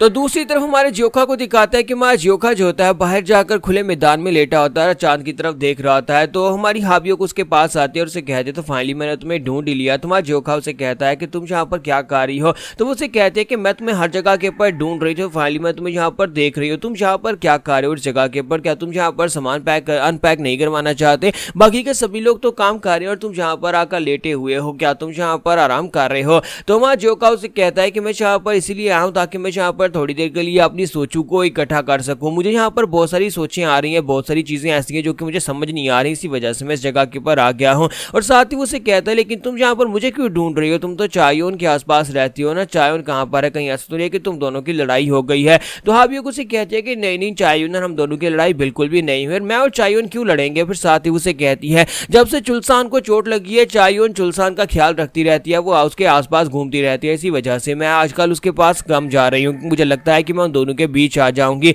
इसी वजह से मैं उसके पास नहीं जा रही। तो मैं तुम्हें ढूंढ रही थी ताकि मैं तुम्हारे साथ बैठकर बातें कर सकूं। तो हमारा जोखा उसे कहता है इसका मतलब है कि तुम यहाँ पर उसके साथ लड़ी नहीं हो, ये तो अच्छी बात है, और तुम यहाँ पर मेरे साथ घूमना चाहते हो जैसे कि चायोन जुलसान के साथ घूम रही है। तो हाबियों को उसकी बात सुनने के बाद शर्माना शुरू कर देती है। वैसे बात तो यही है लेकिन फिर साथ ही वो आगे से शर्मा रही होती है। तो हाबियों को से कहते हैं कि मैं तो यहाँ पर इस बात से काफी ज्यादा सरप्राइज हो रही हूँ, मुझे तो लगा था कि तुम्हारे जैसे इंसान को भी कोई प्रॉब्लम्स हो सकती है, तुम्हारे जैसे इंसान को कभी कोई परेशानी नहीं होती होगी, क्योंकि तुम काफी ज्यादा स्ट्रॉन्ग हो और तुम इतने स्ट्रॉन्ग हो तो तुम्हें यहाँ पर किसी भी चीज से परेशान होने की जरूरत तो है ही नहीं है। तो हमारा जोखा उसे कहता है कि स्ट्रॉन्ग होने से इसका मतलब ये तो नहीं है कि मुझे कोई परेशानी नहीं होगी, बहुत सारी बातें ऐसी जो कि मुझे भी तंग करती हैं। फिर साथ ही वो दोनों जो होते हैं वहाँ पर काफी सारी बातें करते हैं। तो इसी के साथ ही हाबियों को से कहते हैं कि मुझे एक बात तो बताओ कि क्या तुम यहाँ पर अपने पास के बारे में मुझे बताओ, कि क्योंकि तुमने पहले कभी अपने पास के बारे में किसी को भी नहीं बताया, क्योंकि मुझे लगता है कि तुम्हें यहाँ पर अपना पास किसी के साथ तो शेयर करना चाहिए। तुम्हारा जोखा उसे कहता है कि चाहे मैं जितना भी अपने पास को यहाँ पर रिमेंबर करने की कोशिश करूं लेकिन मैं अपने पेरेंट्स को याद नहीं कर पाता, मुझे तो अपने पेरेंट्स की शक्लें भी याद नहीं है। तो हाबियों कहते हैं लेकिन वो क्यों? तो हमारा जोखा उसे बताता है कि मेरी माँ तो मेरे पैदा होते ही मर गई थी और उसके बाद मेरे फादर ने अपने आप को एक रूम के अंदर लॉक कर लिया था और मेरे फादर कभी उस रूम के अंदर से बाहर नहीं निकले। जब मैं 6 साल की उम्र का था तब मैंने पहली बार अपने फादर को एक बार देखा था, लेकिन उसके बाद मैं उससे दोबारा कभी नहीं देख पाया। उसके बाद मेरे फादर भी मर गए, यानी कि मैं यहाँ पर अपने फादर के चेहरे को भी याद नहीं कर पाता, जितना चाहे उतना मैं उसको याद नहीं कर सकता क्योंकि मैंने उन्हें सिर्फ जिंदगी में एक ही बार देखा है। फिर साथ ही उसे कहते हैं लेकिन वैसे मैं यहाँ पर अपनी जिंदगी में एक इंसान है जिससे मैं बहुत ज्यादा नफरत करता हूँ, उसे मैं कभी भूल नहीं पाया। तो उसे कहती है कि वाकई में तुम यहाँ पर किसी से इतनी नफरत करते हो? तुम्हारा जोखा उसे कहता है कि हाँ मैं यहाँ पर एक इंसान से बहुत ज्यादा नफरत करता हूँ क्योंकि उस इंसान ने मुझे मारने की कोशिश की थी। ये बात सुनती हाबियों को उसे कहती है कि वाकई में ऐसी बात है, जब तुम 6 साल के थे क्या उस वक्त उसने तुम्हें मारने की कोशिश की थी? अब जबकि तुम यहाँ पर स्ट्रॉन्गर हो चुके हो तो क्यों ना तुम यहाँ पर से वापस चलो और जाकर उसे मार डालते हैं। अब मुझे ये बताओ कि तुम्हें 6 साल की उम्र में किसी ने मारने की कोशिश क्यों की होगी? क्या तुम रॉयल फैमिली से हो? क्या तुम रॉयल ब्लड हो? इसी वजह से तो किसी ने तुम्हें मारने की कोशिश की होगी ताकि तुम्हें बचपन में मार डालें। तुम्हारा जोखा उसे कहता है कि नहीं ऐसी बात नहीं, और साथ ही उसे कहता है कि मैं उससे बदला नहीं ले सकता क्योंकि ये बहुत ज्यादा कॉम्प्लिकेटेड है। अगर तुम्हें लगता है कि इतना ज्यादा आसान है मैं जाकर बस उसे मार डालूंगा तो ये इतना भी आसान नहीं है। तो हाबियों को उसे कहते हैं कि इतना आसान क्यों नहीं है, तुमने एक डीमन जनरल को फाइट में हराया तो तुम जाकर उस इंसान को भी हरा सकते हो जिसने 6 साल की उम्र में तुम्हें मारने की कोशिश की थी। अब तो तुम इतने स्ट्रॉन्ग हो चुके हो कि तुम जाकर अपनी एक उंगली को फ्लिक करो तो तुम बड़ी आसानी से उसको मार सकते हो। तुम्हारा जोखा उसे कहता है कि असल में वो मेरी स्टेप मदर है। तो हाबियों भी इसकी बात सुनने के बाद काफी ज्यादा हैरान हो जाती है कि जोखा की स्टेप मदर उसे मारने की कोशिश कर रही थी। जब वो उसकी वारियो मैनर की कहानी को सुनती है तो वो भी काफी ज्यादा परेशान हो जाती है। तो सोबियो कहती है कि मुझे यहाँ पर इसकी कहानी सुनने के बाद काफी ज्यादा हैरानी हुई कि इस जैसा एक स्ट्रॉन्ग इंसान भी इस तरह की सिचुएशन से गुजर सकता है। मुझे जोखा की सिचुएशन के बारे में कुछ भी नहीं पता था और हमें लगता था कि बस एक स्ट्रॉन्ग लड़का है जो कि यहाँ पर आकर 5 पीक स्ट्रॉन्ग होल्ड के अंदर अपनी पावर्स दिखा रहा है, लेकिन असल में वो ये कितना ज्यादा टूटा हुआ है, अंदर से ये कितना ज्यादा टूटा हुआ है ये आज मुझे पता चला है। सोबियो को ऐसे ही लगता था कि सिर्फ उसी का पास बहुत टेरिबल रहा है, लेकिन अब उसे यहाँ पर जोखा के बारे में पता चला है कि जोखा का पास उससे भी ज्यादा खराब था। तो वो इस बात से और भी ज्यादा हैरान होती है। तो हमारा जोखा जो होता है उसे कहता है कि मेरी कहानी बहुत ज्यादा बोरिंग है ना, लेकिन जैसे ही वो सोबियो की तरफ देखता है सोबियो को वहां पर रो रही होती है। तो हमारा जोखा उसे कहता है कि तुम्हें क्या होगा, तुम क्यों रो रही हो? तो उसे कहते हैं प्लीज मुझे माफ कर देना अगर मैंने यहाँ पर तुम्हें मजबूर किया हो तुम्हारी कहानी सुनवाने के लिए, क्योंकि तुम्हारी कहानी बहुत ज्यादा दुखी थी और मुझे इस बात के ऊपर बहुत ज्यादा पछतावा आ रहा है कि मैंने तुमसे ये कहानी क्यों सुनी है। तुम्हारा जोखा उसे कहता है ऐसा भी कुछ भी नहीं है, तुम यहाँ पर इस तरह से क्यों रो रही हो, प्लीज यहाँ पर रोना बंद करो। तो वो उसे कहते हैं प्लीज मुझे माफ कर देना, और इसी तरह दोनों की बातचीत वहां पर चलती रहती है। जबकि दूसरी तरफ का सीन दिखाते हैं जहां पर हमारे ग्रीन फॉरेस्ट का सीन दिखाया जाता है। तो ग्रीन फॉरेस्ट का किंग जो होता है अपनी कुर्सी के ऊपर बैठा होता है, वहां पर क्रिम्सन हेड स्ट्रॉन्ग होल्ड का मास्टर जो होता है उसके सामने अपना सर झुकाकर बैठा होता है और उसे बता रहा होता है कि मास्टर हमारे पर अटैक हुआ था। रास्ते में कुछ लोग जो कि मर्चेंट यूनियन के लोगों को प्रोटेक्शन दे रहे थे, उन लोगों ने बेस बदला हुआ था और उन्हें हमारे पर अटैक करके हमारे सारे एग्जीक्यूटिव्स को बुरी तरह जख्मी कर दिया। और हम लोगों ने जहां पर सापियोंग में उन लोगों को देखा, उन लोगों ने अपना कैंप लगा रखा है। जहां पर आने के बाद हमें पता चला है कि वो 5 पीक स्ट्रॉन्ग होल्ड के लोग हैं। प्लीज मास्टर यहाँ पर हमारे साथ इंसाफ करें। अगर यहाँ पर कंपटीशन स्टार्ट होने से पहले उन लोगों ने हमारे पर अटैक किया है ताकि हमें यहाँ पर वाइप आउट किया जा सके, तो उसका मतलब है कि उन लोगों ने यहाँ पर रूल्स को तोड़ा है। प्लीज मास्टर यहाँ पर इंसाफ करिए और हमें यहाँ पर इंसाफ चाहिए, उन लोगों को सजा दे, उन लोगों ने यहाँ पर जो कुछ भी किया है। तो उसकी बात सुनने के बाद ग्रीन फॉरेस्ट किंग उसे कहता है कि तुम यहाँ पर 5 पीक स्ट्रॉन्ग होल्ड के बारे में ये कह रहे हो कि 5 पीक स्ट्रॉन्ग होल्ड के लोगों ने तुम्हें पूरी तरह से हरा दिया है। मुझे ये बताओ कि 5 पीक स्ट्रॉन्ग होल्ड को बने हुए कितने दिन हुए हैं? मुझे लगता है कि ज्यादा से ज्यादा 6 महीने हुए हैं। और तुम यहाँ पर मुझे ये कहना चाहते हो कि तुम्हारा क्रिम्सन हेड स्ट्रॉन्ग होल्ड जो वो यहाँ पर एक नए बने हुए 5 पीक स्ट्रॉन्ग होल्ड से हार गया, उन लोगों से हार गया। मुझे तो ये समझ नहीं आ रही कि तुम यहाँ पर कंप्लेन करने के लिए आओ या फिर तुम अपने बारे में ये बताने के लिए आओ कि तुम कितने ज्यादा कमजोर हो, या फिर तुम ये बताने के लिए आए हो कि 5 पीक स्ट्रॉन्ग होल्ड कितना ज्यादा स्ट्रॉन्गर है, किस तरह 6 महीने में वो तुमसे आगे निकल गया है। हालांकि तुम्हारी बेस जो वो 4-5 साल पुरानी है और तुम लोग पिछले कई सालों से यहाँ पर एक्टिव हो। तो मुझे ये बताओ कि यार तुम यहाँ पर कहना क्या चाहते हो? तो इसी के साथ ही क्रिम्सन चीफ उनसे कहता है कि सर मुझे समझ नहीं आ रही कि आप यहाँ पर क्या कह रहे हैं। तो इसी के साथ ही मास्टर से कहता है कि बेवकूफ कहीं कि मैं यहाँ पर तुम्हें समझाता हूँ, हम सभी लोग बैंडेड्स हैं और तुम यहाँ पर जिस तरह से उनकी शिकायत कर रहे हो, मुझे तो यही साफ लग रहा है कि तुम लोग यहाँ पर एक बैंडेड बनने के लायक ही नहीं हो, तुम लोग यहाँ पर एक स्ट्रॉन्ग होल्ड रखने के लायक नहीं हो। अगर उन लोगों ने तुम्हें इतनी आसानी से हरा दिया तो इसका मतलब यह है कि 5 पीक स्ट्रॉन्ग होल्ड तुमसे ज्यादा बेहतर है और तुम्हें यहाँ पर कंप्लेन करने की बजाय यहाँ पर माफी मांगनी चाहिए। जाकर जाओ उन लोगों से भी माफी मांगो और जाओ अपनी शक्ल छुपाकर कहीं जाकर बैठ जाओ। तुम्हें यहाँ पर आकर मुझसे शिकायत नहीं करनी चाहिए, क्योंकि मुझे यहाँ पर इस बात का अंदाजा हो चुका है कि 5 पीक स्ट्रॉन्ग होल्ड तुम्हारे स्ट्रॉन्ग होल्ड से ज्यादा स्ट्रॉन्गर है। तो यहाँ पर हमारी एपिसोड 50 का एंड करेंगे और नेक्स्ट एपिसोड में देखेंगे कि अब यहाँ पर कंपटीशन कैसे स्टार्ट होगा और कंपटीशन में और क्या कुछ होने वाला है।